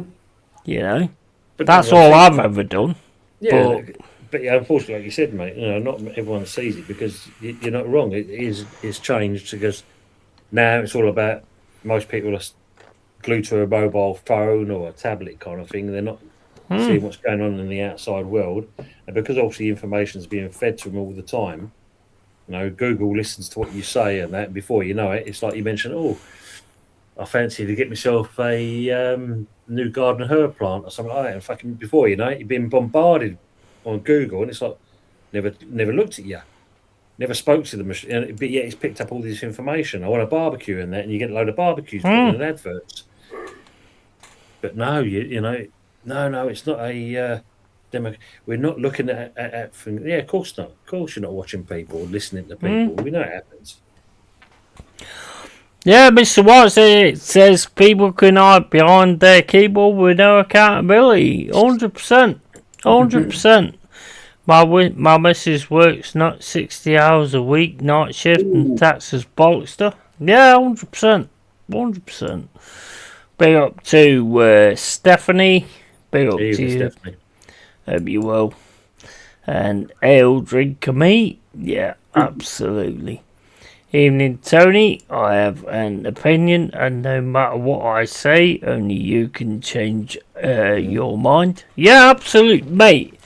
100%. This is why I love this channel, to be honest, because people that come in, they get it. And that's why I love this channel. Don't care about money or anything like that. Don't care about getting bigger either. It's just spreading the message. Mm-hmm. That's what it's always all about. And I mean, I love it. I love it. Like at our workplace, each year we have to do, you know, you get a chance to do a survey to say your bit about the company, you know, what you feel the company is and this and the other. It's supposed to be anonymous, yeah? Yeah, that's a waste of time, that. And then they turn us saying that you haven't done your survey yet. Hold on, it's anonymous, isn't it? So how do you know if I've done it or not? Yeah, exactly. No, Yeah. cool. Yeah, it's anonymous. Yeah, okay. Yeah. Tom, it's a clan show, mate. It's a clan show, and it's like when I was at Noah and all that kind of stuff. Everyone was turning around to me and going, "Oh, they're doing this, they're doing this, they're doing that, this, that, and the other." Whenever I went to the management, which I did all the time, which is why I got sacked a lot, to be honest. Because I would go to the management and go, "You ain't fucking doing this. Who the fuck do you think you are?" And all that kind of stuff. Well, there's only you that's got a problem with it. No, all these people have got a problem with it. You know what all those people said? Have a guess what all those people said that was telling me that they had an issue with it. They all turned round and went, "I ain't got an issue with it, boss." Sweet FA, yep. I knew that. And that's why I got fucking sacked. Well, I got sacked because I probably walked into the officer, into the boss's room and went, "You're a cunt and you can't do this." That's probably why I got sacked. But, none of them backed you up when it came down to the situation. Yeah, but I bet you they were the first one to say, like, you go and speak to him. Go on, we know you've got a voice. You go and speak to him. Yeah. You'll speak for our behalf. Yeah. Seen them people, mate. Shit ass. My mum always said to me that I should have been a union man. I was going to ask you that, actually, funny enough. Concert and everything. I just would not take it. And that's why I got sacked from a hell of a lot of jobs. Mr. White Snake says, White Snake says, when I come here for the freedom to say what I think without fear, absolutely, and that's what this channel's all about, I was man. going to say, that's what this is all about, this channel. That's what this channel is all about. I love the work surveys, always tell it straight. Yeah, it goes nowhere though, doesn't it? Oh, no. The best breweries in Gilbrook. Just to go back on that, I think this year there'll be a hell of a difference. Because it's coming from out. The one thing from my workplace at the moment, I work obviously land side. You've got the terminal itself, and then you've got air side, which is obviously the runway side. Across the whole board, everyone is absolutely pissed off with the firm. Have you said that the planes need to fly sideways? Nah, just kind of turn the the wheels one way and it's fine. It's no problem at all. I mean, it don't work, mate. It don't work. Tried. You've got to try, mate. Of course you have. Of course you have. You have to try. I think there is a big difference this year because everyone knows that it's going to be worse this year. If it's going to cost them, they won't do it. That's already happening, mate. Don't worry about that. That part's already happening. Actually, if anyone's watching, Stansted's a great company to work for. But other than that, yeah. Fucking advertising. No, mate. It's the atmosphere is on its knees. You know when people have been pushed to the limit. People are have had enough. You know what? That's what we need. That's what we need in this country as well, because it's like right. Let's put it down on the line, right? If you come over to this country, if you've got the right mindset to come over to this country and take your opportunity and make something of yourself, I have no issue. If you come over to this country and think you're going to fucking rape our women and fucking get our kids and put them in grooming gangs and all that kind of shit, then yes, I do have an issue with that. 100% I have an issue with that. Because, and everybody in this country should have an issue with that. When the Rotherham situation happened, everybody in this country should have been up and fucking sorted that shit out. Because the thing is, what you got to take into account is we have the numbers. And they know we have the numbers. That's why they keep dividing us all the time. They know we have the numbers to take the old shit down. And that's why they keep dividing us. Because if they divide us, we can't do that. Same as Central Man said earlier. Divided, what is it? Divide and conquer. Divided we fall or whatever. What's that Divide and fucking conquer, he saying? said. Divide and conquer, he said. Divide and conquer. Yeah. Yeah, but what's that saying? Divide and conquer. Divide and conquer. No, it's not. It's not divide and conquer. It's collected we stand, divided we fall, or some shit. Yeah, probably. That's the same thing. No matter if it's the same thing. It's my channel. I'm going to say it the way I want to say it. No, I'm joking. I'm joking.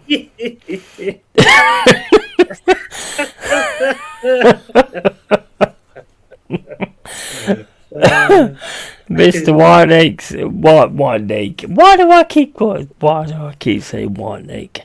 I have not been able to work since 2014 due to being bullied in the workplace to such an extent my body said enough. Retired now, but still have anxiety and PTSD from it. Yeah, he will do. Yeah, Sorry, bullying very is fucking horrible, man. Sorry to hear that. Yeah, bullying is fucking horrible. I've been through it in my life, so I know exactly the way that is. Pushed to the limit, I can relate. Yeah, 100%. Big up, Carl. How you doing, mate? Evening. No, you're good, man. Come on if you want, bro. I think I've sent you the link. Hey, Pepsi, bro. United we stand. Absolutely. United we stand, divided we fall. White Snake, big up to you, man. That was the one I was looking for. That was the one I was looking for. Stephanie's put it there. She's put it. Yeah, this huge cover up, that's all I'm going to say. Yeah, 100%. 100%. Divided we fall. There you go. Some Winston Churchill quote. Yeah, he weren't the greatest guy either, to be honest. We stand, divided we fall. Yeah. That was the comment I was looking for. I just couldn't think what it was. Like Tom, when you're on streams, there's certain things you just can't get them. Yeah, you suddenly go mind blank. You do mind blank at that. You do. You just go totally blank. It's crazy. Is it better in the show? Oh shit, that's what it was. Too late. You already signed off. Oh, mate, how many times have I done that? Where you sign off and then you go, bastard. That was the one I wanted. Fuck. That would have made me go viral. I would have gone viral there. I would have had a fucking million subs. I would have Well, conquered said the world. I would have conquered the world. Do you know what, Tom? This is going on to another thing. Like, when I first started doing this YouTube thing, I don't know if it's the same for you, but it's like at the start of it, I thought, you know what, I could be massive in this and just go amazingly massive.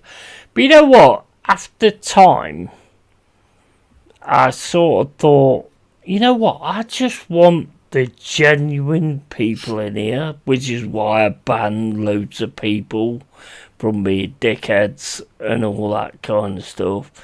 I just thought, I just want like general people in here and just in the chat and all that kind of stuff, and just, you know, just being real. Just being real.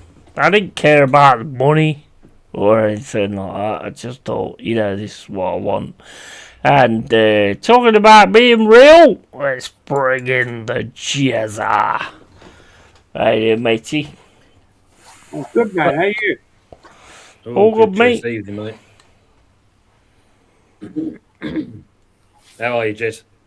Yeah, so, man. How you doing, man? Yeah, all good. All good. Are you Jess, man? I'm good. I'm all right, man. Yeah. Yeah, all right. Cool. You're buzzing out a little bit. I'm not. You are. You Nothing wrong with your stream seems to be bugging out. not in mine, man. Cool. I've got fucking 4K BT, man. There's nothing wrong with my stuff. Oh, well, don't like, oh, I've got better than you then. Okay, fair enough, mate. Fair enough.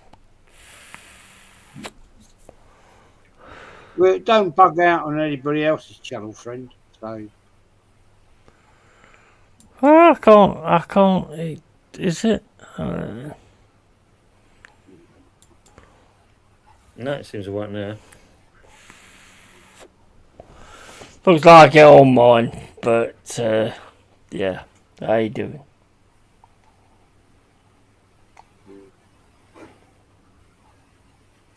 You did a show earlier, Jez. How did it go? All right? Sorry, mate. You did a show early, didn't you? Yeah, I did, man. Yeah, it was good, actually.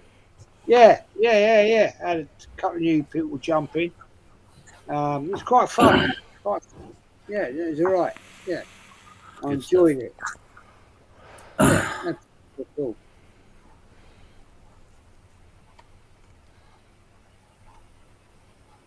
We'll crack on. Let's talk about something, then, shall we? I'm just looking at the chat, seeing how far I'm down. I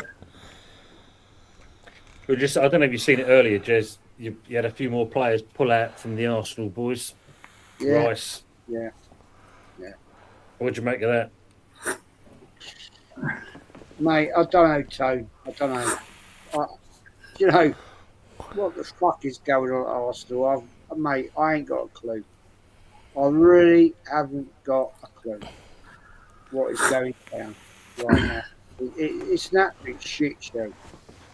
Seriously. It's fucking jokes, man. Seriously. I don't know, man. I don't know. I give up, to be honest. I give up. I can't say I blame you, to be honest. I mean, it's just ridiculous. It's fucking shocking. Seriously. You know, oh my days. Yeah, I've got no answers to it. It's bizarre. I've never, ever seen a squad like Arsenal doing this. I can't deny it. And I just find it like you can't make it. Big up Joanne Smith, by the way. Can if there's a mod in here, can you get rid of that Eric Schmee? What? Eric Schmee. Yeah, he's saying like, is Jez ever gonna get on with Lee again and all that kind of crap. Christ. Whatever. What? I mean, when you look at your Arsenal setup, mate, I don't know. It just seems when you look at the fact that they've already got rid of him. It's cool. They've got rid of him. Yeah. You know, when you look at the fact of how he set the team up on that against City, not playing. We were saying earlier, not having Kepa in there and stuff with Calafiori, and he stuck to his guns and stuff like this. do you feel he's got enough to see it over the line there? Because is this a precursor for City to kind of get one over on you still?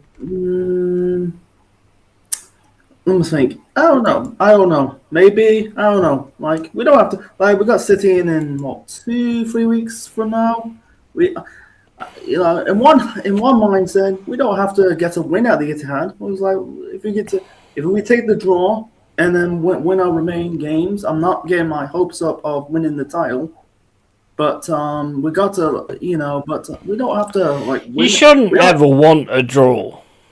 No, yeah, I know. Like draws, like this is my mind. Like yeah, I get like draws mess with people. It kills people, but at the same time, like we don't like. I don't think. No, but you should never want a draw. But it's just like I don't know. It's kind of a weird thing I say, but I'm not getting my hopes up for winning the title. But it's like, like you don't know, like the Premier, a title race is it's sometimes weird. Sometimes like, one team's gonna win on to, like win all their matches and win the league, and sometimes another team end up being like capitulated, like, but yeah. Big up, Mr. Whitesnake. Take care, mate. Like Crystal Palace not Crystal Palace. What did I say? Crystal Palace. Man City got a game in hand. Like, they have. Oh no, against Crystal Palace. I don't know when. I think they're waiting for the perfect time because Crystal Palace are in Europe. Man City's not.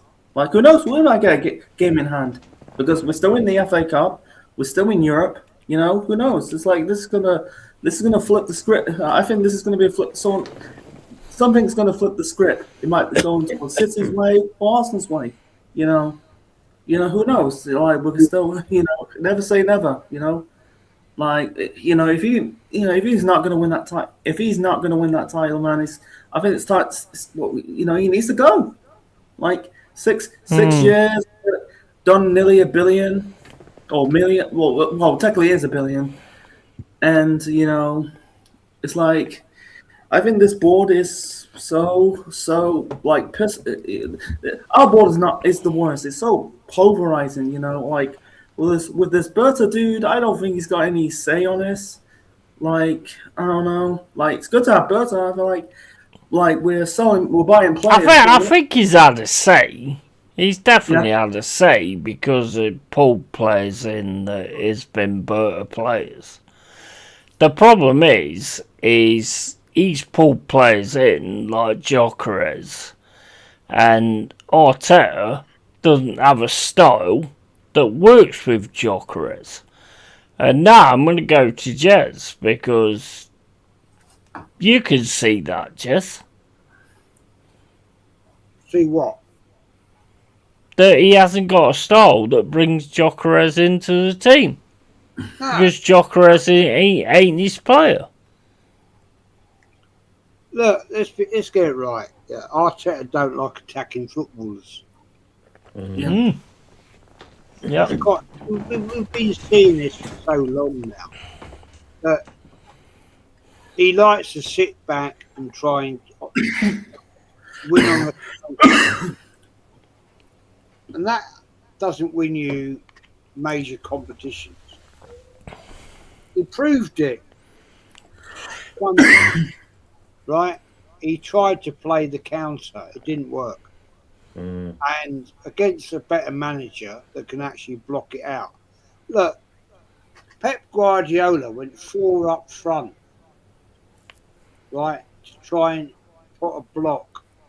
And it worked. Arsenal had 37% possession in the fucking game. Bloody hell. Didn't realise that. Like, Jesus. Yeah. That is shocking. That is shocking, man.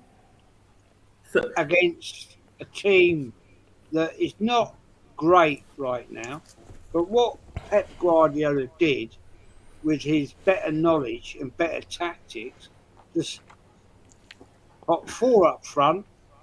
Schooled him. Yeah, exactly. It was the master against the apprentice. Yep. Yeah. Yep. Fact. And and Arteta got schooled again Yep. in a major competition. Yep. And we had, I think we had one shot on target, and that was Havertz. And this is the man who beat Man City in the Champions League final back in 2021 when he was at Chelsea. I fucking was there. I was at Wembley. I fucking watched. Central man, don't cut people out. He was talking. Sorry, man. I'm trying to I was there. I fucking watched it, right? And it was an absolute shit show. It was embarrassing to watch. Arsenal were good for 20 minutes, 25 minutes first half. True. Right? Yeah. We were holding our own. After that, it was dead. I was chatting to a guy next to me, right? Never met him before in my life. I said, "This ain't going well, is it?" And he said, "Well," and he said to me, "This is typical Arteta." And I said, "Yeah, it's shocking. It's shocking." There's an old couple behind me, older than me, nice couple, got chatting to them. And this lady was saying, "This is the Arsenal way right now under Arteta. It's embarrassing. We should be killing this Man City." I said, "Yeah, I agree. But we didn't. It was a shocking, disgraceful display. And when you think, right, I drove 2.25 hours to get there. And then you had to get on the train from where I parked my car up to Wembley Central. And I thought, what have I wasted my time for? Look, when they take the fucking piss, right? They charge you 10 quid for this program, 10. right? Yeah, and like I spent £100 on a ticket to get there, and it's a shit show. It's embarrassing, and people wonder. The other thing is, right, when you got Muppets like Keo and fucking Ian Wright. making it. Why are you upset? Why are you upset? You absolute fucking arsewipe. You won a Cup Winners' Cup medal. Yeah. So fucking throw it in the bin then, you absolute see you next Tuesday. Because you're an embarrassment to this club. When all those fans that turned up on that day, right? And I see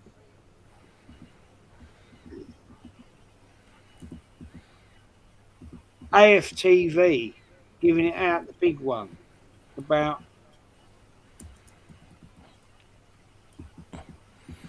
it don't matter, we're going to win the league, so this one's not going to matter.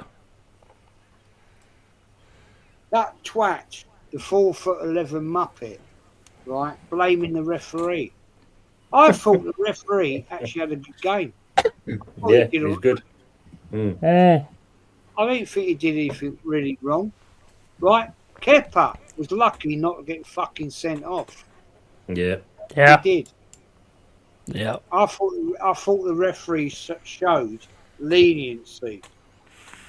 And I cannot believe this fucking fan base. I swear down. Mate, I'll be honest, I was fucking disgusted. I mean, this is the first time that I've actually backed Arsenal to win that. I said it before that they're definitely going to win this. And it was like 20 minutes, like you've said. 20 minutes, it was like, yeah, they look like they can do something in this game, and then to me, you just laid down. You just laid down, and you can turn right. You can say that, yeah, Pep had the tactics right and all this, that, and the other, but you offered nothing to counter those tactics whatsoever. It's shown exactly what I've been saying for a long time, that Arteta is fucking clueless. He had no idea how to change that situation. The only way he could have changed that situation was bringing on Dalman and maybe making a difference in that respect. And he did not do it. It was shocking. It was shocking. And it was shocking, man. Saka was shit. Yeah. Yeah. Kept him the whole game. Absolutely dreadful. I mean, and yet I see people out there. Oh well, we're still top of the league. Oh, we're still in the Champions League and the FA Cup. Yeah, that could all go fucking wrong within the next month. Yeah. Yeah. Maybe. 100%. 100%. And Cole says, being 100%, I don't see us holding a single trophy this season. It's in his nature to throw logic out the door at the best of times, Moresso, when pressure is on. 100%. 100%. And I tell you what, looking at that, I think you'll still do it. But it's like, that was like ridiculous, man. Ridiculous. Just on that, Jez, how much? So overall, would you say it's costing nearly 300 quid for that day? Big up Colin AFC. Yeah, close on, man. So just Driving there. I didn't drive to the stadium. I drove near to Barwon Park. Got the Bakerloo from Harrow and some other ground. 2 stops down to Wembley Central. So petrol, 2.25 hours to get there.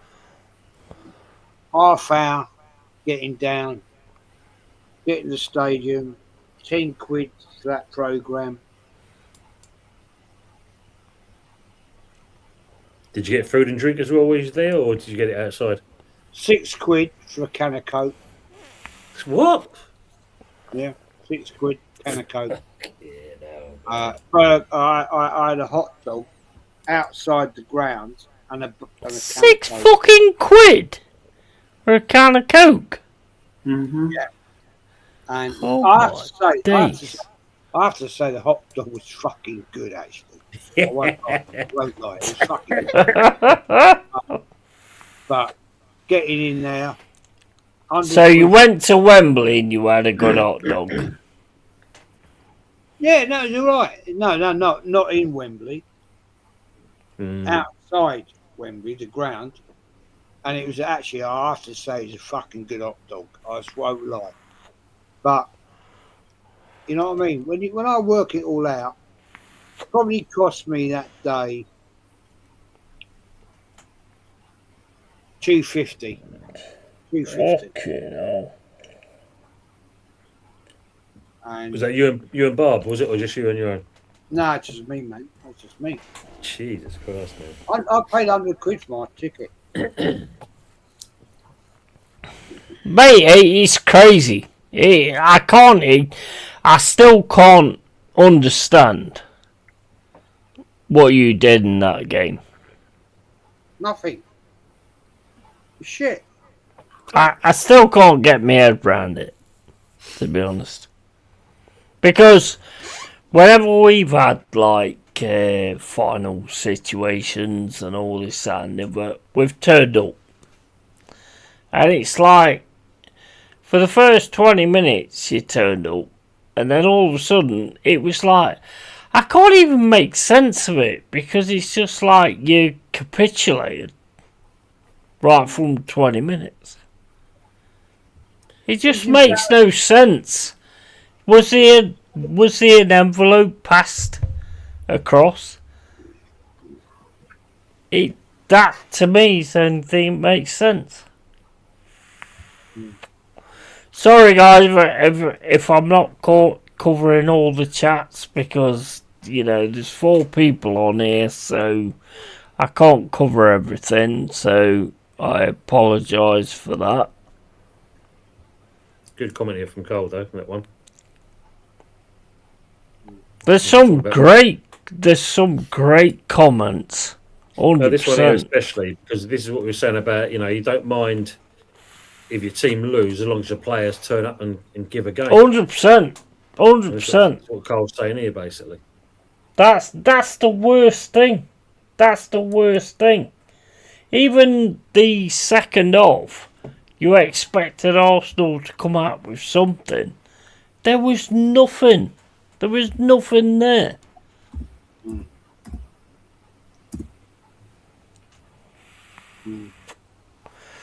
The fact of the matter is, Arteta is a clown. And I've been saying this for fucking time. He's a clown. He doesn't know how to do it. He went into a cup final being defensive. After the 20th minute, he went into it being defensive. You do not go into a cup final being defensive. That is embarrassing to the fans. They have to all deal with it. The cunt played for a draw. Mm. Has anybody told him in a cup final you have to play for a win? Mm-hmm. Mm.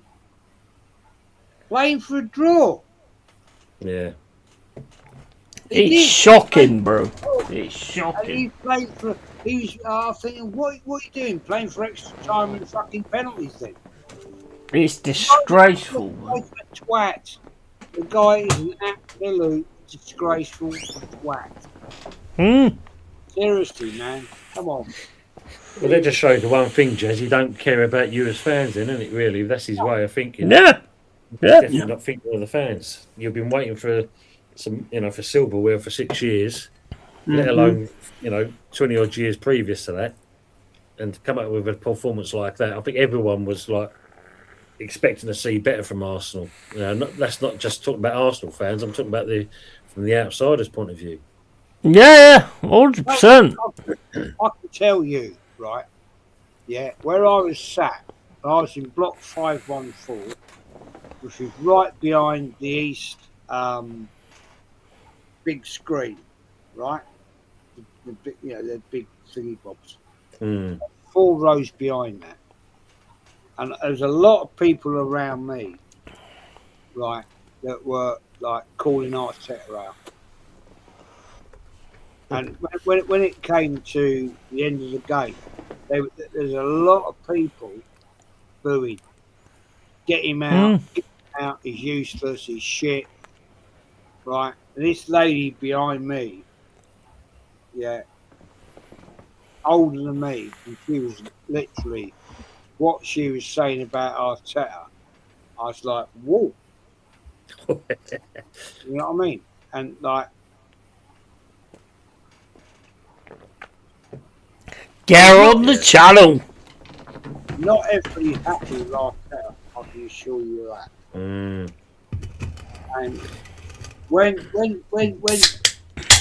shocking thing is, right, the amount of Arsenal, what pissed me off, right? Although we're 2-0 down, the game's done, right?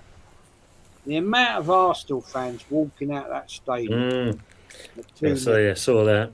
Fuck Worst off. cup final I've ever seen.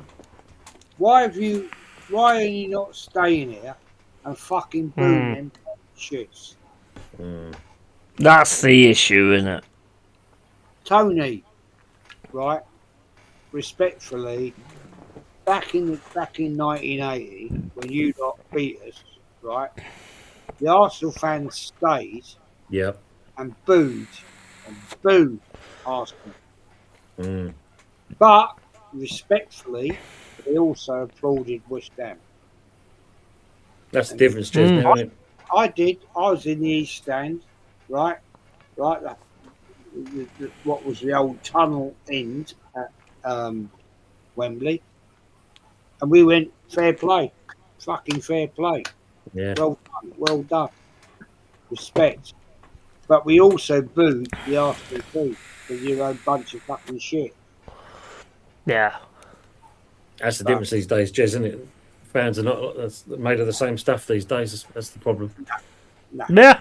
100%. 100%. I'll tell you now, half them fucking fans, right? I'm telling you right now, right? Half them fans at the Arsenal end are not true fans. They're day trippers. They're fucking day trippers. I bought my ticket, right, as a day tripper. How the fuck should I get an Arsenal ticket, right, from a website? How is it, right, that Arsenal fans who will go day in, day out, year in, year out, right, yeah, they pay a season ticket, right, 3.5, 4 grand, well, 2.5, 3 grand, don't get the right to a season ticket. Yeah, I can go on a website and get a fucking ticket for 100 quid. Get it straight away, yeah. Yet they can't. And they're paying out a season ticket. They should have the God-given right to get a cup final ticket before I could. Mm-hmm. I ain't got a season ticket. I gave my season ticket up in 2016. Yeah, I got a ticket. Easy. Do you think it's down to the fact that you've not been in these scenarios for the last 6 years? Nothing to do with that. Nothing to do with that. I do. I think it's down to like a winning mentality. I mean, I know you won like the FA Cup in 6 years, but you've never been in these situations where Manchester City have been in these scenarios. Do you not think that takes a part in it as well? What are you talking about? Well, think about it. If you've been in those situations where you're actually in finals and all that kind of stuff with cups and all that kind of thing. I thought you were talking about tickets. Sorry. No, I'm on about cups. If you've been in those situations where you're in a final, then surely you get used to being in a final. So, do you not think that takes a big part of it as well? With like Arteta not taking into account these little cups as he thinks they are. If you was in those kind of situations, do you think it'd have been different?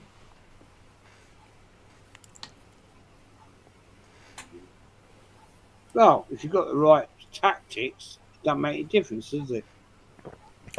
Yeah, but I mean, I'm looking at the fact that, like, say, let's look back in the past. Yeah, we won a European Cup, and then we knew how to do it, so we did it again.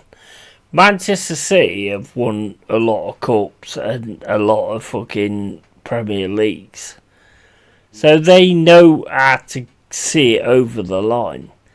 So, do you think that kind of maybe made a difference in that situation? No, I'll take the shit tactics. But if he'd have had them in those situations, then they would have known how to handle it. Do you think that's something, or what? I don't know. Was that something? No. If Arteta had the actual kahunas and the knowledge, then Arsenal could have won that. He hasn't got that knowledge. He hasn't got that thought that ability to win. But my point is if the players that have been in those situations and he'd have put them in those situations, that's what makes the difference. I've just said that. Yeah, but the problem is, you got to think of it like this, yeah? Like 6 years ago, they won with a new Emery team.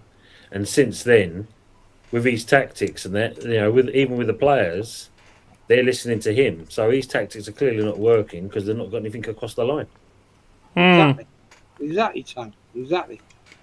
But if they had actually been in those situations, they would have known how to deal with those situations. That's the point. It's about mentality.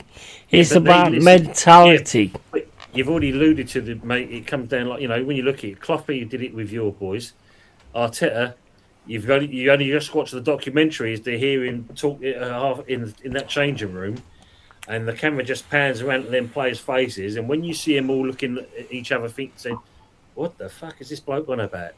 So no matter what tactics he's saying, it's like you understand in English and him speaking in Chinese because that's what's going on. And that's where, be it Forest, be it West Ham, be it Arsenal. I'm not talking tactics though. I'm talking mentality. Yeah, but it comes from the manager. The manager installs the mentality into the players. But mentality is a massive thing to keep winning. But not being funny, that's what makes you champions at the end of the day. That's what makes you win games. That's what makes you win trophies. Yeah, that's why I'm saying that they didn't have the mentality to do what they need to do. But it comes from one person, and that's not just not the players. Because he's one who's telling. Well, he's 100% manager. Yeah, because once you cross the white line, it's supposed to be their job. But you're only going by what he's telling you, what he's looking for. And you've only got to watch him on the sidelines and that. I mean, not being funny. The one thing, I'll pay the fine. I'll pay the fine to any player. If Arteta's outside that technical box, kick the fucker. Do you think, over the 6 years that whatever his name is, Arteta has been a manager of Arsenal, if he'd have took Arsenal to a final in 6 years, then that team would have had the mentality to handle it. That's what I'm asking. And that's the big thing, isn't it? But if he had have done that, do you think they would have had the mentality to see it through? Only if he could provide that, then yes, they would have the mentality. But we know full well that's not the case with this bloke. Yeah, that's the point I'm making. And this is where the problem is. And like I said to you, be it any one of our clubs, if you're seeing that going through and that must be so frustrating, especially when you're seeing other clubs around you doing well and even winning. You got to think Newcastle winning something, Palace winning something, even us winning the Europa Conference, and yet you've got one trophy, a couple of dinner plates. When Man United had that mentality, they kept winning. When Forest had that mentality, they kept winning. Yeah, but come down to the manager. Yeah, but his mentality getting to the players. But it comes down to one person. We kept winning, and and I think that makes a big difference on this 6-year thing because Arteta never took the Carabao Cup and the FA Cup seriously, and that is why they have not got that mentality of winning, and that's where it went wrong.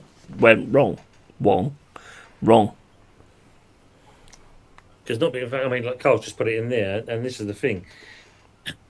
There's us struggling to buy, our January transfer window. 1 minute we're told we've got no money whatsoever, and then suddenly they find £47 million out of nowhere to get Tatty in and Pablo. Yeah, as Carl put in there, he's been funded, and I think got the guys down below me. £1 billion he's been backed with, and nothing to show for it. That in itself is a sackable offence, whatever way you look at it. You know, It's you get given shocking. all that money. It's shocking. So yeah, I mean, it's that you expect to see something like that already at this stage. If not one trophy, 2, 3 trophies at least. To not see anything and be so close to the line, it's man. I mean, for West Ham point of view, and that we would love to be in that position to be given that. Oh much yeah, money to oh spend on yeah, players, absolutely. you know. But we're not in that position. So for Jez, like, you know, to have that journey, 2 hours and 15, plus getting into the ground itself and that, plus spending all that money to watch that. Mm. Well, Took me 2 It's hours. shocking. 2 hours and that. And I'm a mug, but I'm going to Southampton. You know what I mean? That's 2 hours for me to get 2 hours to get down there, and it's 8 o'clock kickoff. Cool, So I've bloody got to hell. leave at 5 o'clock. Get down there, and then it's another 2 hours after game. Game's going to finish what 10, quarter past 10. Get Mhm. home. If it don't go to penalties and all that shit, I probably won't get home before 1 o'clock. I was going to say, because you've got to try and get out of the stadium first as well, haven't you? Yeah. So it's, And the thing is, even if you win the league, it's the worst fucking league on the planet. You're gonna be the best of a bad bunch. You know, the league is not great nowadays. It weren't great last season either. You know, if you manage to win that, then fair play. But does he still stay if you manage to win that? Because you've spent like $1 billion. Or dollars. I'm not American. £1 billion. You know, is it still good enough if he wins the league? Yeah, but unfortunately, you look at this, and this is what comes down to their management. The worst scenario is they'll offer him a new contract and up his money and keep him Yeah, on. yeah. He's a fucking clown. I've been saying it for ages. Well, he's a rich clown, mate. £15 million a year. He's a rich clown. Yeah, that is very much the point. Yeah. Mate, I'll be back in a second. I've got to shoot off myself anyway, Yeti. I've got to shoot off myself, unfortunately. Yeah, no worries, Appreciate man. being on. Thank you for being on, bro. be up, Tony. Appreciate it. Thanks, Jez. Central Man, good to speak to you as well. People in the chat, thank you very much as well. And Yeti, Jez, Central Man, catch you next time. Yeah. Look after yourselves. Call your channel out, bro, before you go. Yeah, sure. It's Hammers Football TV. Not too sure I'll be doing anything tomorrow night. I'll see how tomorrow goes. Other than that, just have a little bit of break before we go back into it all. Cheers, everyone. Take care. Love, man. And See you later, mate. Ta-da, mate. Ta-da. I need a piss. I've got to leave. Yeah, I'm off, Back man. in a sec. Yeah. I've got to go. See you later. Yeah, no worries, man. Catch you later. Big your channel up. Nah, don't worry about that. Don't worry. Take care, man. Okay, matey. See you later.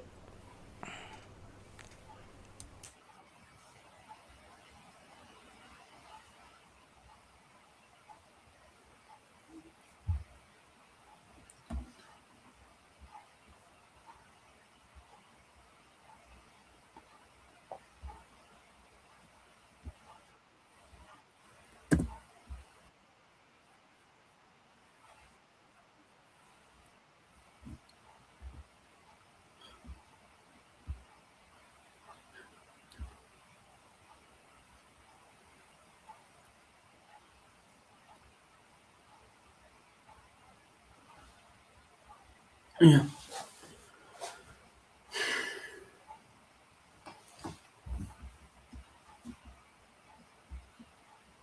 See,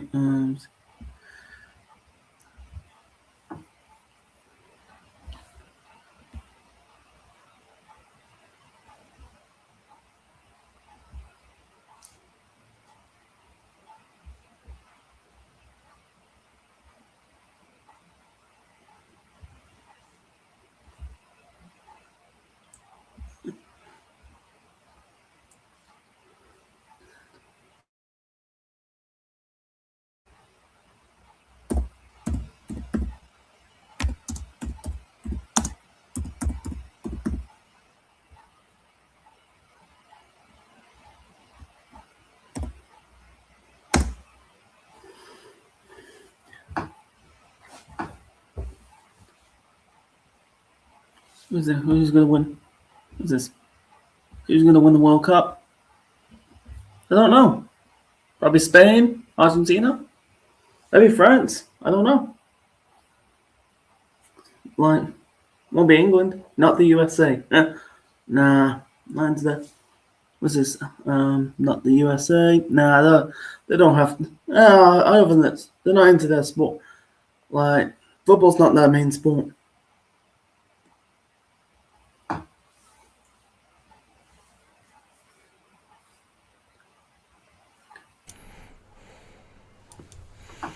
Why are you not keeping shit going?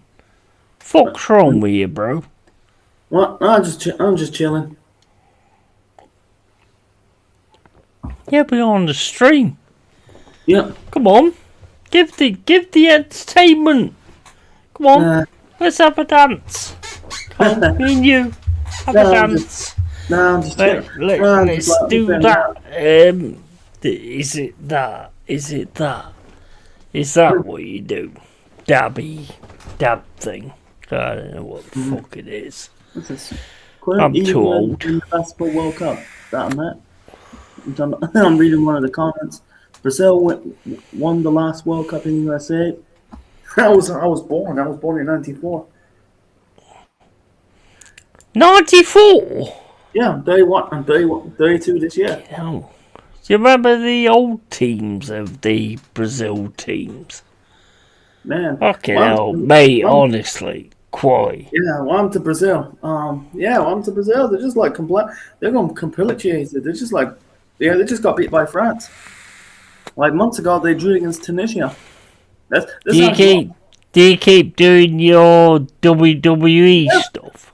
Yeah, sure. Yeah. Do you still find that entertaining? Because I used to find it entertaining, but now it's more like whatever. It's more like whatever, you know. Yeah, it's better than watching. It's better than watching football for me. You know, I was like, it's kind of whatever. Well, I can't argue with that. It's definitely better than watching football nowadays. You definitely watch it better than watching football nowadays. Anyone remember or seen live Michael Platini? What a fucking player! Yeah, absolutely, 100%. I have a 1994 Panini World Cup sticker book complete. Mate, I have as well. I've got some. I don't know what year they are. But I've got one or two that's totally complete.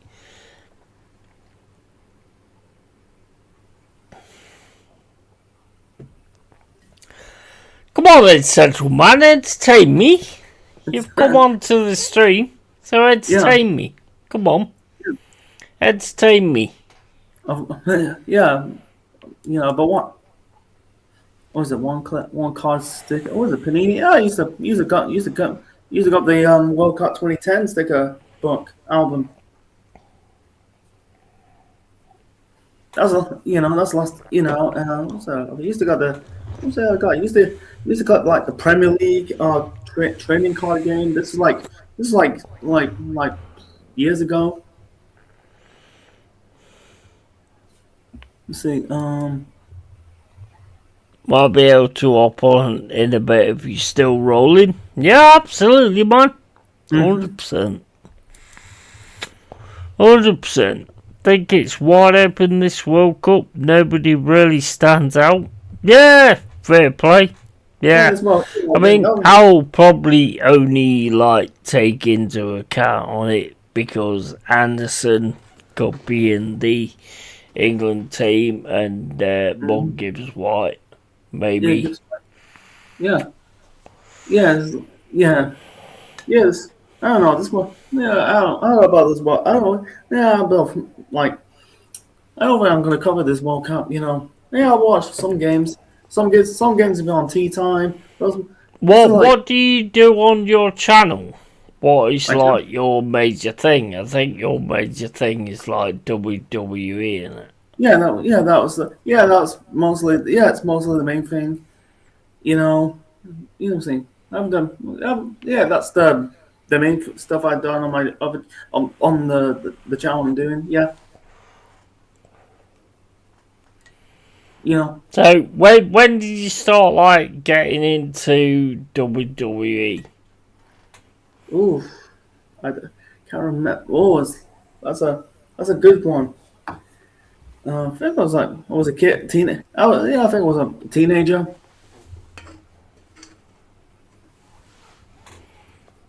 So what characters was in there when you first got into it? Yeah, probably like John Cena, Undertaker. Do you watch any of the history stuff and watch what it was back in the day? Because the best part of WWE was when it was called WWF. Yeah. I think. Yeah. Yeah, I think it was called WWF. Yeah. WWF Attitude with Stone Cold Steve Austin and all that kind of stuff. Do you remember any of the Ultimate Warrior?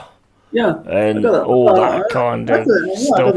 I got the Ultimate Warrior hat. I got I got the Ultimate Warrior t-shirt. Hulk Hogan and fucking. I mean, that's kind of when I got into it. Yeah. When it was Hulk Hogan, Ultimate Warrior, Papa Shango. Man, there's so many. Brutus the Barber Beefcake, I think it was called. Yeah. Was it Brutus the Barber Beefcake? Yeah, you're right. Yeah, it is, but Bruce the Barber Beefcake. Zeus. Was it Zeus? Oh yeah, but is that an actor? Was it from No Holds Barred with Hulk Hogan? The big black guy. Yeah, the big black guy. Yeah, he was an actor. Yeah. The guy was an actor. I don't think he'd done big in Hollywood. Yeah, he sadly died of COVID. Wow, he died of COVID only in his 60s. Wow. In 2020. Yeah, but I don't really die of COVID, but Boss Man.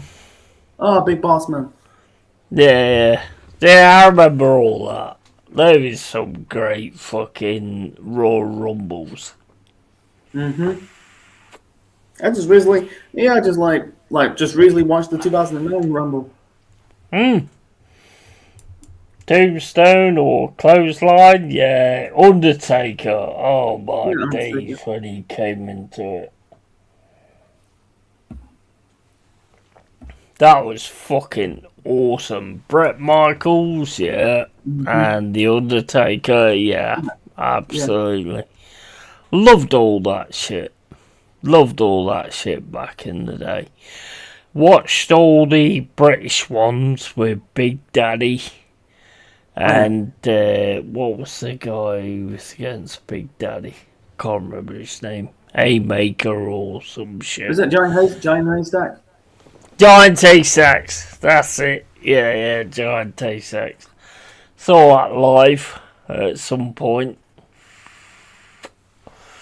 Loved it. Fucking loved it. And then I all of a sudden got into the WWF, as it was called at that time. And, oh man, it's brilliant. Brilliant. And anybody that turns around and goes, "Oh, they don't really do this," mate, they do shit that hurts. They definitely do shit that hurts. It's like movie actors. They get hurt on set. You know, with this, or even like the circus. You know, if you go to the circus, let me think. Yeah. If one of the act gone completely wrong, whether it's like lion tamers, they like get mauled by a lion or a tiger, or the trapezius, like falling off, complete falling off, and or like Dick Grayson's, Robin's parents in Batman. Yeah. You just don't. 100%. Yeah.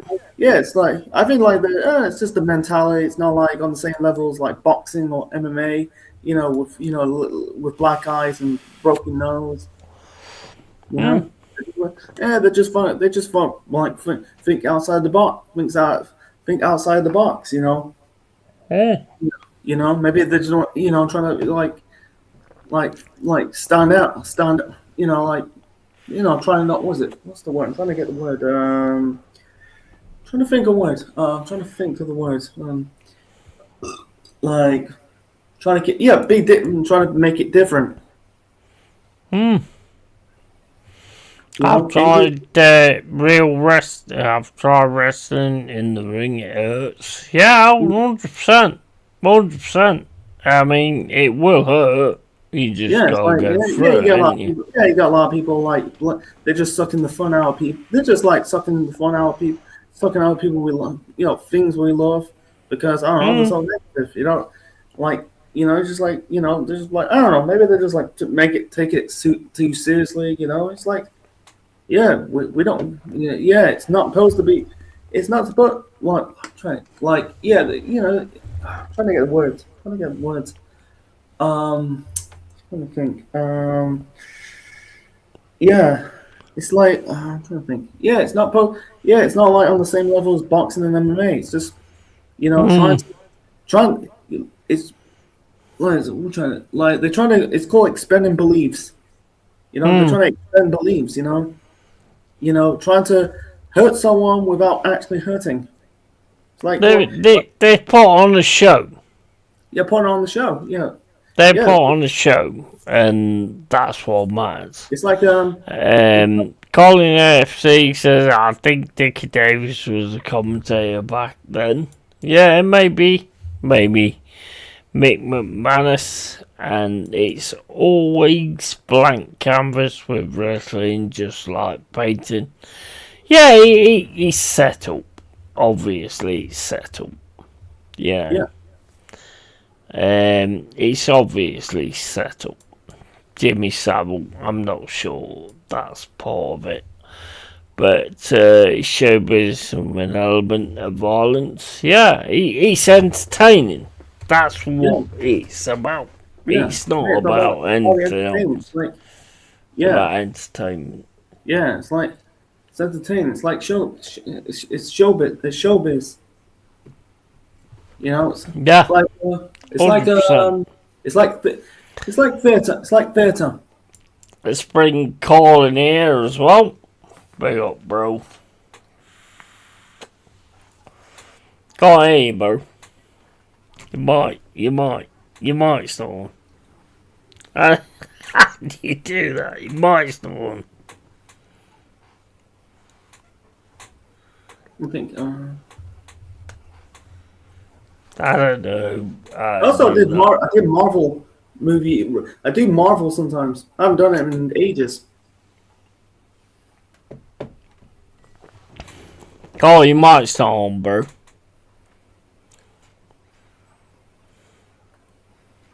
You do what? Marvel?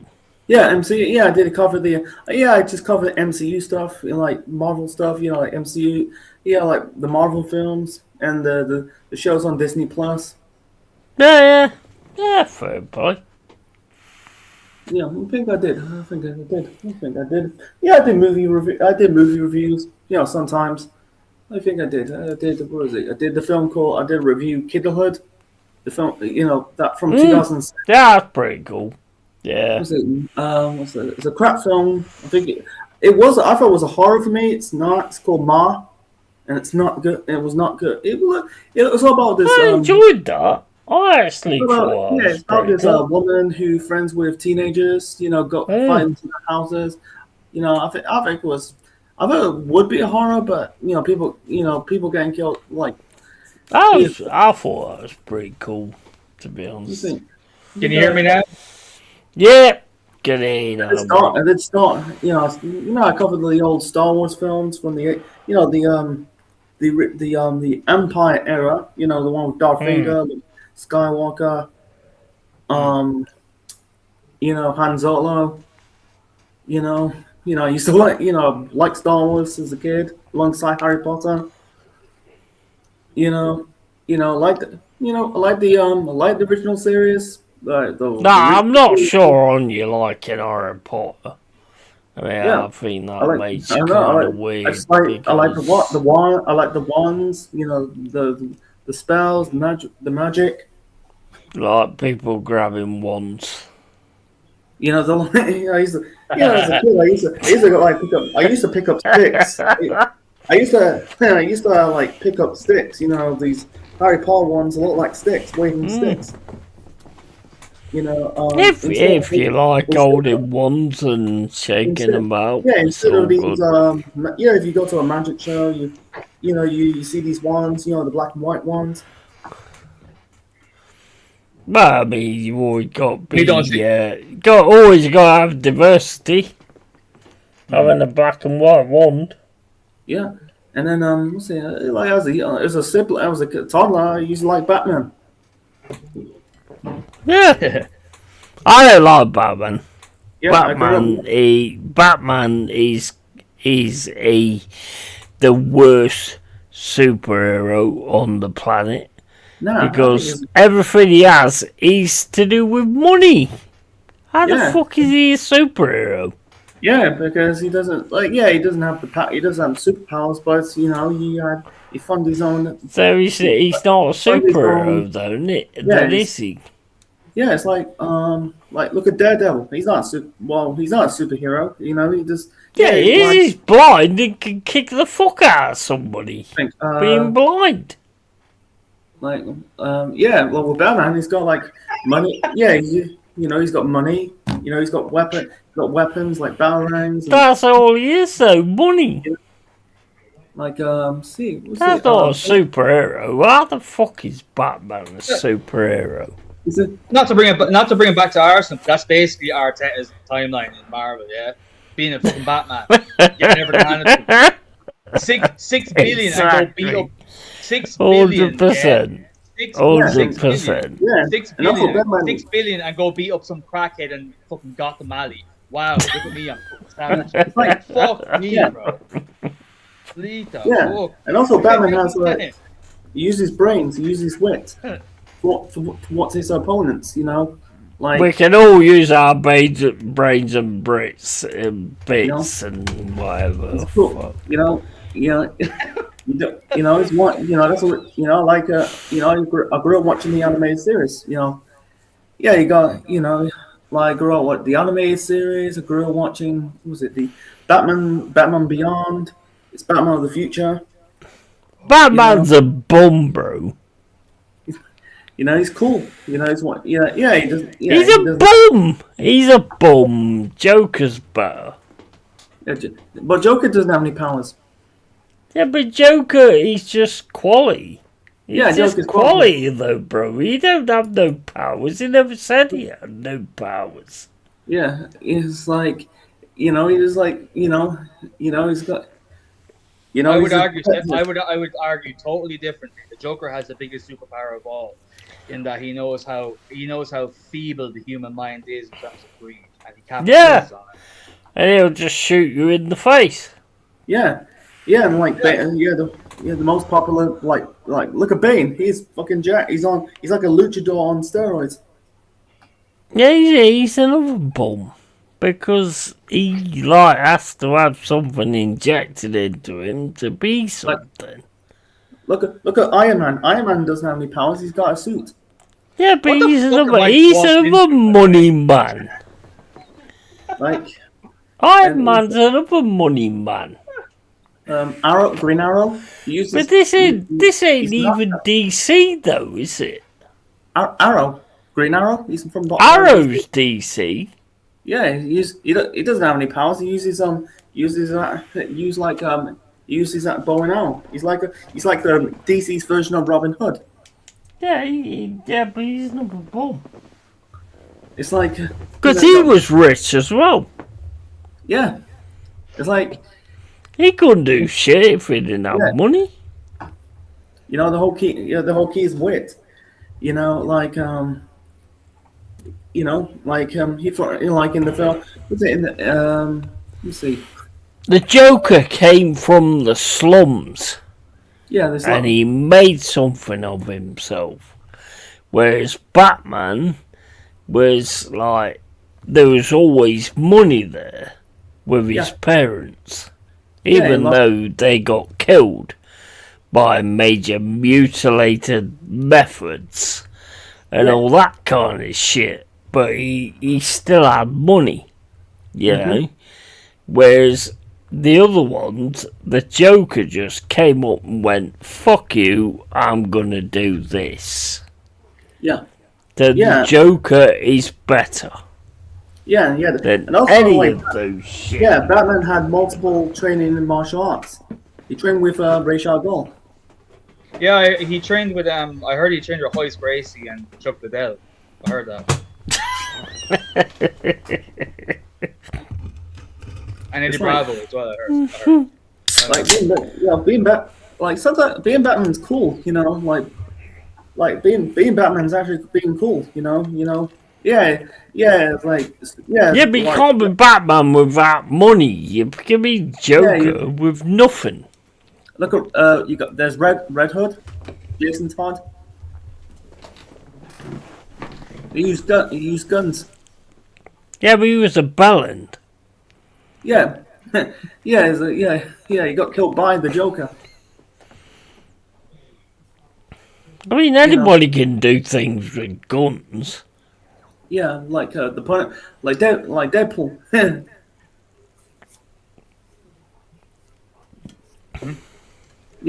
We'll see.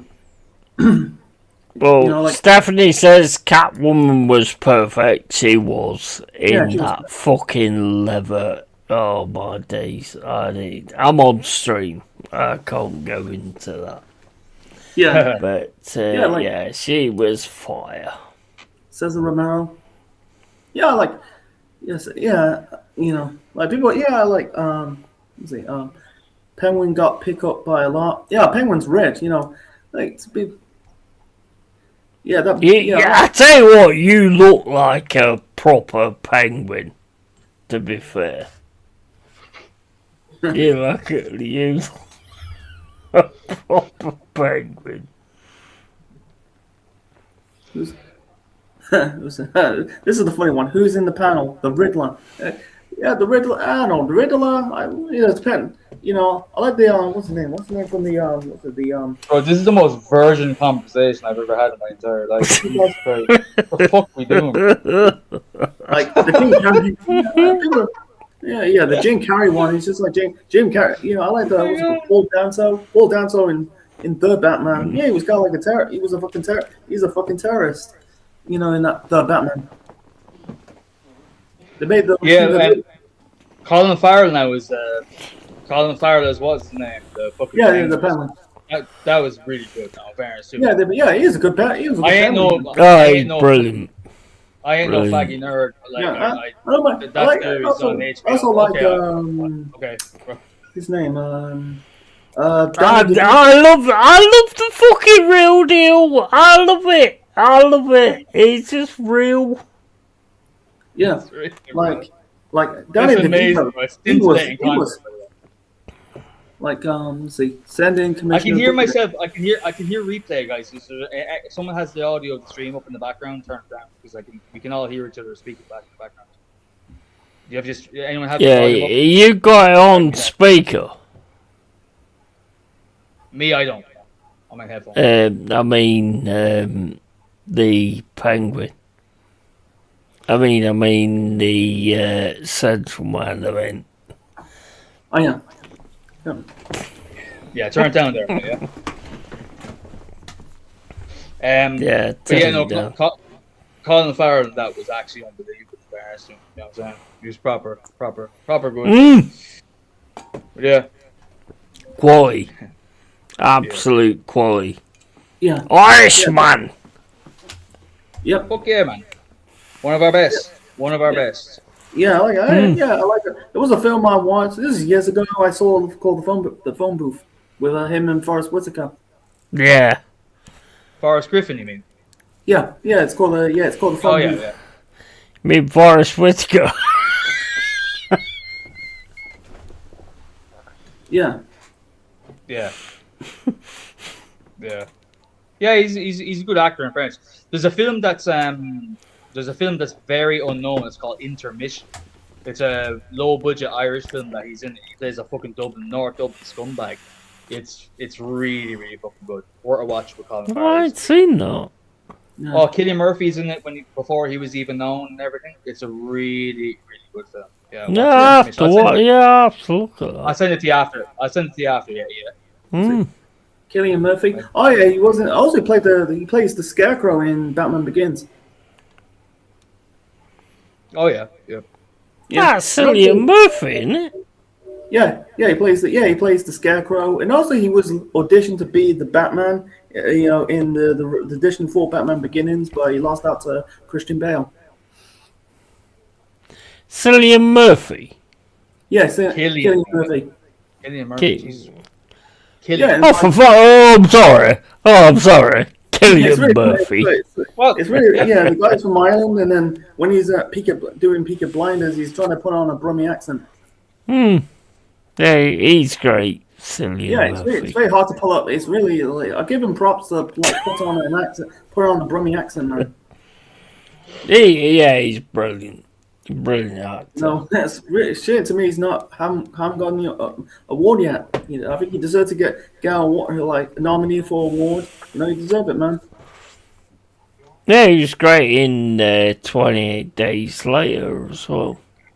Oh yeah. He was in a film called Oppenheimer. Yeah, I ain't seen that yet. I haven't, me neither. Heard it was good, Yeah, apparently it's good. Yeah, no, he's quality. He seems like a cool guy as well. He doesn't like the spotlight and all that shit. He keeps to himself. Yeah, he seems like a decent guy. You know what I mean? He's in that. He's also in, I think, Disco Pigs. Oh yeah. Yeah. I've always liked him since I saw him in Disco Pigs. Always been a big, I thought he got dissed a little bit on Batman because he played the Scarecrow. Yeah, he did. And he was in it for a little bit. Yeah, I've been in that Batman Begins. I think he had a lot. He had a lot of villains. I think he had two villains. He had or three. He had Falcone, you had Scarecrow, and you got Ra's al Ghul. And then played by Liam Neeson. Yeah. He's in 28 Years Later, The Bone Temple. Yeah, at the end. Yeah. So basically, the consensus is that if you're Irish, you're a fucking villain. Yeah, you're a fucking villain. Yeah, and fucking villain, bro. Yeah, and he was in he was in the first Fantastic Beasts film. I want to see a film where Cole's in it as the villain. Yeah, I think he could do that. That's my life. He can do that. My life. Just hang out with me for a day, mate. I'm the villain. So you don't need to have a villain proof. We can have you as the villain. We can have Jez as the one that stays silent. We can have Taunt that talks. And then we can have, Central Man as, the... I don't know. Yeah. I don't know. It's just in it. Yeah. Yeah, exactly. Yeah. Yeah, there was I'm trying to say, Yeah, it's like yeah, like there was a it's been better, he's better than this villain. It was a movie back in the 90s. I don't think it was that good. It's called The Shadow, and it was based on an actual comic. And it's got Alex. I think he's a fucking great actor. Ahmed Football. Ahmed just joystick 1, 2, 3 says best film I've seen him is the one that shakes the bally. I ain't seen that. I'll have to watch that. Yeah, because you can't watch it as an Englishman because you'd be cringing at the crimes that your people did before you in our sacred land. You fucking English cunt. That's why. Is it about potatoes? No, it's not. Well, you don't know about that. Ironically, you think we know about potatoes. Well, you probably know a lot more about potatoes than we do because you took them all from us, bro. It's a shit from abroad. No, jokes aside, it's a great movie. When the Shakes the Party is fantastic. It's a really good film. It's just a great film. Is that the issue that we took your potatoes away from you? Oh my god, Jesus Christ. This is what pisses us off the most about you fucking arrogant Anglo-Saxon fucking pricks, yeah? Is that you don't even know what you've done. You don't even know what you did. You don't even know. You're just like, oh, what's wrong with them? Did we take their potatoes from the fucker? What's wrong with those little fucking... No, mate. He's occupied our island for over 900 years, yeah? And in recent years, if you want a history lesson of the famine, the English lords basically prohibited Irish people from growing their own crops. And the English was like, oh, there's a famine going on, but all the crops that do grow, we're going to take them and sell them. Meanwhile, we all died, and we all went to America. And I can still hear myself in the background. It's driving me fucking crazy. Anyway, that's what happened, bro, in the famine. Literally. And you don't even know. You had Robin Hood to protect you in your Nottingham little fucking forest. I thought that was all it was about. That we took your potatoes. Yeah, Robin. That's what I always thought it was about. Dickhead. Bro, pick up a fucking history book, bro, please. Robin Hood, the guy who steals from the rich, gives to the poor, fight the sheriff of Nottingham. Yeah, no, bro. I thought that was all what it was always about, that we stole your potatoes. Oh my god, yeah, I swear. I could grab your ponytail and I'd fucking yank it off your head right now. That's driving me crazy. You don't even know. And it's the funniest thing is every time I've talked to an English person, yeah, they don't even know. What's wrong with you Irish fuckers anyway? Why are you always hating? Honestly, I never even knew. I know because I can guarantee I know what it is. You fuckers go to your little lovely schools, yeah, with your red bricks and all of your fucking empirical, beautiful buildings, yeah. And you go to school and it's like, yo, well, hello, 5-year-old English kids. We were first lesson history. We were the best fucking nation of all fucking time, yeah? We never did anything wrong. The only thing that was ever done wrong was by Napoleon, that faggy French fuck. He was the only bad person. Mate, I apologise if we did shit like that. I just don't know about it, so... You didn't know, so it's okay. It's okay. It's just the fact that you don't know is what just makes me go, you're going. You know what I'm saying? It's hilarious. I'd love to look into that kind of stuff, but I just never knew. That's what I've always said to you about potatoes. Yeah, that's what I've always said to you about potatoes. I mean, it's kind of right what you're saying, but it's much more nuanced and deeper, bro. It's not. Yeah, which makes a big difference. It makes a big difference.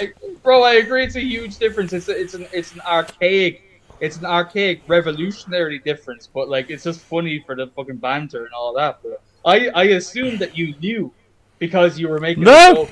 That's ridiculous. Never. The only thing I've ever known about potatoes is what fucking that person on fucking Britain's Got Talent kept saying about potatoes. Who the fuck is that guy? I don't know who that is. I don't know. I can't remember what it's Leo doesn't matter. Lee something shit. I don't know. Honestly, I've never even knew. So, you know. Well, you can start by watching, say, like, Wind That Shakes the Barley would be a great little kind of inside knowledge to the depravities that your empire caused on other nations. You know, it'd be a little snippet into that world and how badly you raped us as people. But that's okay. If you don't need to know. You know, it's okay. Okay, now. No. Jokes aside, it's a fantastic film. It's really, really good. And then go and watch Michael Collins starring Liam Neeson as well. That's another great film from our perspective. So, Well, anyway, the only thing I can get from that is I'm very sorry we raped you. it's okay. Bro. Don't say it.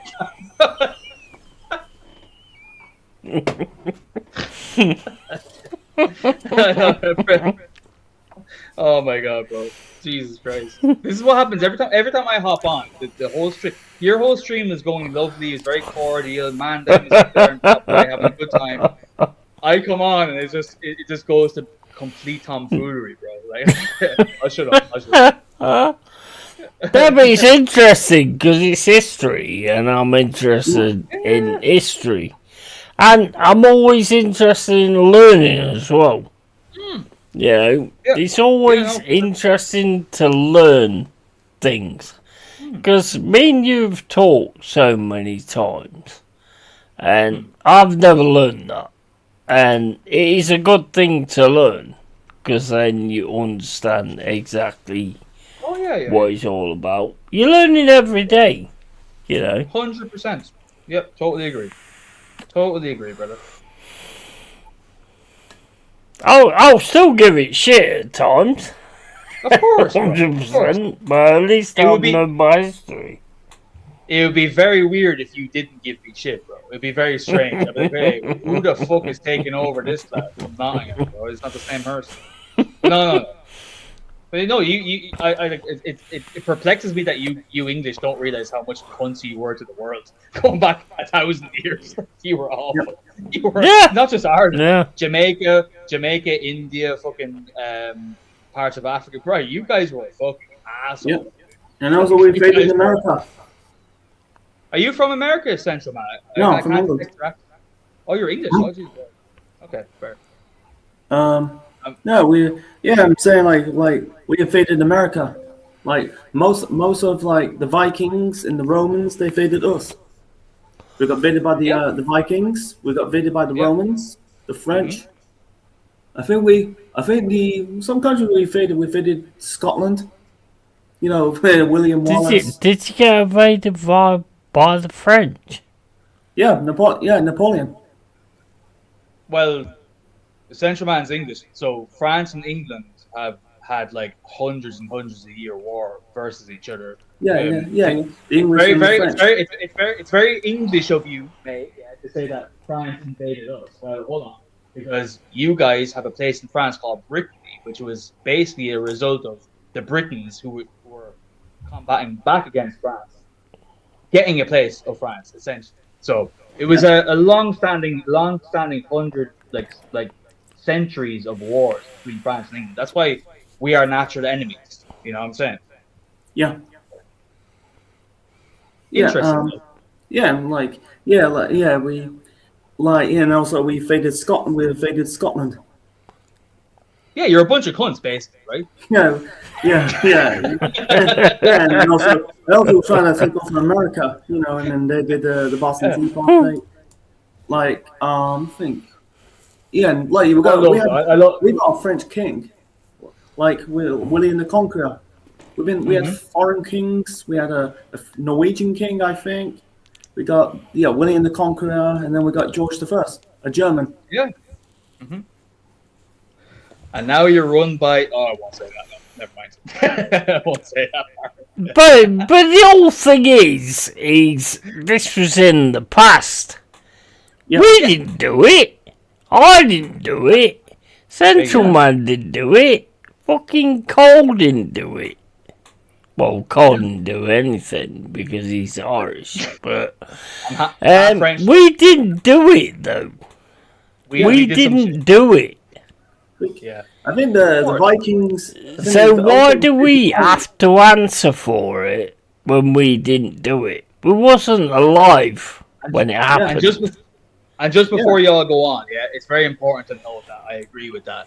Like this whole notion, like where nowadays all these now reborn woke people who realize, they spent 65 years, say, on this planet, never giving a fuck about anything. Now suddenly realizing war and children dying is a bad thing out of nowhere. Yeah, no shit. First of all, secondly, everyone in history, no matter where you are from, English, Irish, African, fucking Asian, of any descent, has been invaded, persecuted, genocided, all that by someone else at some point in history. It's the food chain. That's the way it works. Now we don't do that so much. Luckily, you don't do it. You don't do it. I don't do it as a normal person. So me saying this is all bad. That's all I do. You know what I'm saying? Just want to make that very clear. Make that. That's my point. I'm sitting here. I didn't do it. I wouldn't have done it. Central Man didn't do it and wouldn't have done it. Mm-hmm. You wouldn't have done it either. So there's really no point in talking about something that happened years ago that somebody made a point of doing. Yeah. Because I would have never done it, and you would have never done it, and nobody else would have never done it. So, Cole, as an Irishman, get over it, man. Very English of you, Yeti, to say that nobody should talk. I am going, Cole, give me your address, and I'm going to send you a bag of potatoes to make up for it. Do you know what, yeah? Do you know what, yeah? Right, I'll do that, yeah? But it's very English of you guys to go, do you know what? Despite us being the most empirical cunts of all time, let's not remember what happened. Yeah, but it wasn't me. It wasn't me. We're having a laugh about it. It's all bad. It's all bad. Literally, it's all bad. But at the same time, it had to be said because you didn't even fucking know the history, so that you can't forget about it. You didn't even fucking know it, bro. Jesus. Never had no idea. I tell you, how about this? You send me your address, and I'm going to send you all the literature from our Irish epilogues, everything that 100%. read. And I'll do a watch down where I watch you read them. Right? 100%. 100%. And you have to be like, oh shit. Do it. Do it. Every chapter. Do it. I'll do that. Do it. I'll send you the books. 100%. I'm up for that. All good fun. We all love each other.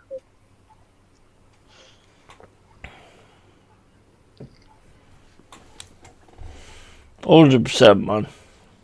Send me the scenarios, and I'll read through them. I will do indeed, mate. And I will also send you loads of potatoes. Oh yeah, bro. To make up for it. Do you know what? We as a humble Irish person, like, mate, there's no better gesture you could do than sending me a potato, bro. Like, thank you so much. No, like, honestly, bro, thank you. I wouldn't know what I'd do without it. Anyway, what is up for the rest of the weekend? Is up to much tomorrow, or it's a bit dead without football, ain't it? Yeah, it's a bit dead. But we can also have conversations and do things. Actually, this leads me on to the thing that I was going to say tonight, which I forgot earlier. From now on this channel, I'm going to be going live from 5 PM every night. From not maybe the weekend, but the week. I'm going to be going live 5 p.m. playing games or whatever, you know. But 5 p.m. is always going to be a part of my channel from now on. Whether I'm playing games or whether I'm just doing general chats and all that kind of stuff. That is going to be a massive thing on my channel. 5 p.m. Nice. I'm always going to be live. Fair play, mate. Nice one. Nice one. It's going to be a proper general thing.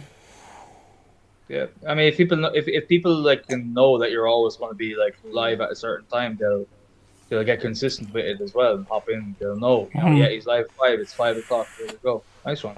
Awesome. No, Nice one. I don't. Let's make it clear. I'm not bothered about how much money or how much subs I make or anything. I don't care about that anymore, to be honest. I care about real people being in this channel. I couldn't give a fuck about the money. I couldn't give a fuck about the super chats or anything like that. If you're there, that's what makes the difference. It doesn't matter how much you pay out to me or whatever. I do not give a fuck. No. I don't give a fuck. I got to a point on this channel where it's just like having conversations and, you know, having good people. Yeah, it's like And that's like all doing your own I'm thing. interested in. Yep. That's why we're here, mate. All I'm interested in. All I'm interested in. 100, mate. 100. Yeah, man. Yeah, that's good. So it'd be mostly gaming then when you go live, or could it just be general chats? Could be anything. It'll be 5 p.m. gaming. Yep.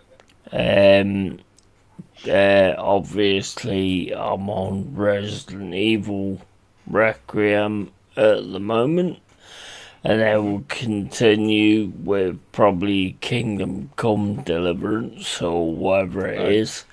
But I will always be live from 5 p.m. Nice. Nice one. Yeah, that's So, great, mate. I need a Okay, that's schedule Yeah. to go on to it. So Yeah, it's healthy. that's It's what healthy it'll to be. have one. It's good to have. It's good to have a schedule, mate. It instills discipline anyway. So it's only a good thing. And like as I said, most crucially, it's only good news to the dwellers knowing that you're going to be live every day at 5 p.m. It's great. That's wonderful.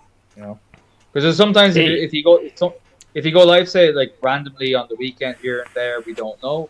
You know, depending on your schedule, you don't know. Like you may not be able to make it, but like with that, more people be able to tune in and have a good time. So it's nice. Nice one.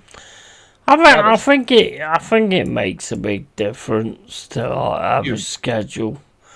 I'm a joystick 1 2 3 says tell us a bedtime story, eh? Right, okay. I'll tell you a bedtime story.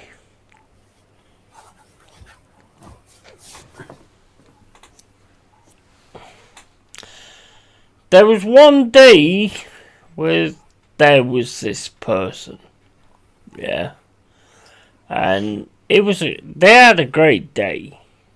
They had a great day, an awesome day, and they went to bed, and they was asleep, and all of a sudden, what they realise is they left the bedroom door open, and somebody came in, and they saw them asleep, and they walked up to them. Yeah, they still didn't wake up. that was their major downfall, because that person came in and they saw them asleep and they grabbed them and they put them into another room, and as soon as they was in another room they woke up, but unfortunately they got chloroform around their throat. So they was out. They was completely knocked out. So basically, they all of a sudden woke up to the fact that their shins was cut off. Both shins was cut off. Their knees was cut off. And they was legless. And they still didn't realise, because they was still out. And they woke up to realise that their elbows was cut off and their shoulders was cut off. So basically they was just a person that just had their torso and their head, and they still wasn't awake. So all of a sudden the scalp was took off and their brain was taken out, and their eyes was pierced with needles. Yeah. And their nose was ripped off. And then they woke up all of a sudden, and they was just like a body with no eyes and no nose, no legs and no arms. And then the last point of concept was a knife shoved straight through their face. Alright. And then they died. There you go. There's your bedtime story. Wow. I hope someone wrote that down, guys. That'll sell 1 million copies. That's your bedtime story. Bro. My God. Bro, I ain't gonna sleep tonight after hearing that shit, bro. I'm gonna be terrified. Yeah, man. Alright. I may fuck off that. Yeah, mate, I write bedtime. I write horror shit in my spare time, so that's where that comes from. I could tell, mate. I could tell. It was very dark. It sounds like a snuff film almost. Jesus Christ. I love it. I fucking love it. I love shocking people. It's great. Yeah.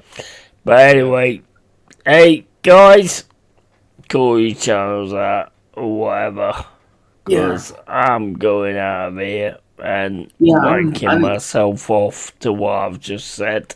Yeah, I'm going to bed. I'm tired.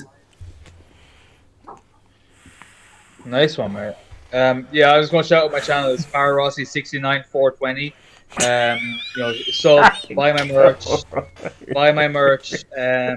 I do OnlyFans sometimes, only on Thursdays. Goes up to FarrowRossi69420. Love yous all. Bye, bitches. Oh my days. Yeah. Also, me, buy my merch. I'm gonna kill you all. Eventually. I will kill you all. I will meet you all and I will kill you all. So, yeah. Be up to you.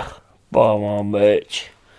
And, Central Man, what you got to say before we quit? I'm gonna. Yeah, I've got to go.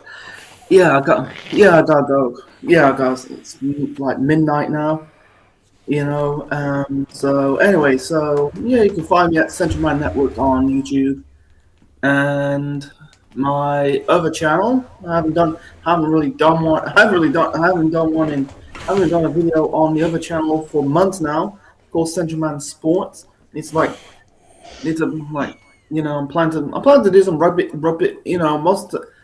Doing some rugby. I'm trying to do some rugby live streams. Mostly from the Gallagher Premiership. And it's way fucking better than the Premier League. And I think and the main channel, I plan to do some Pokemon. I plan to review Pokemon. The actual show Pokemon. I got stuff on my mind. I got like ideas on my head.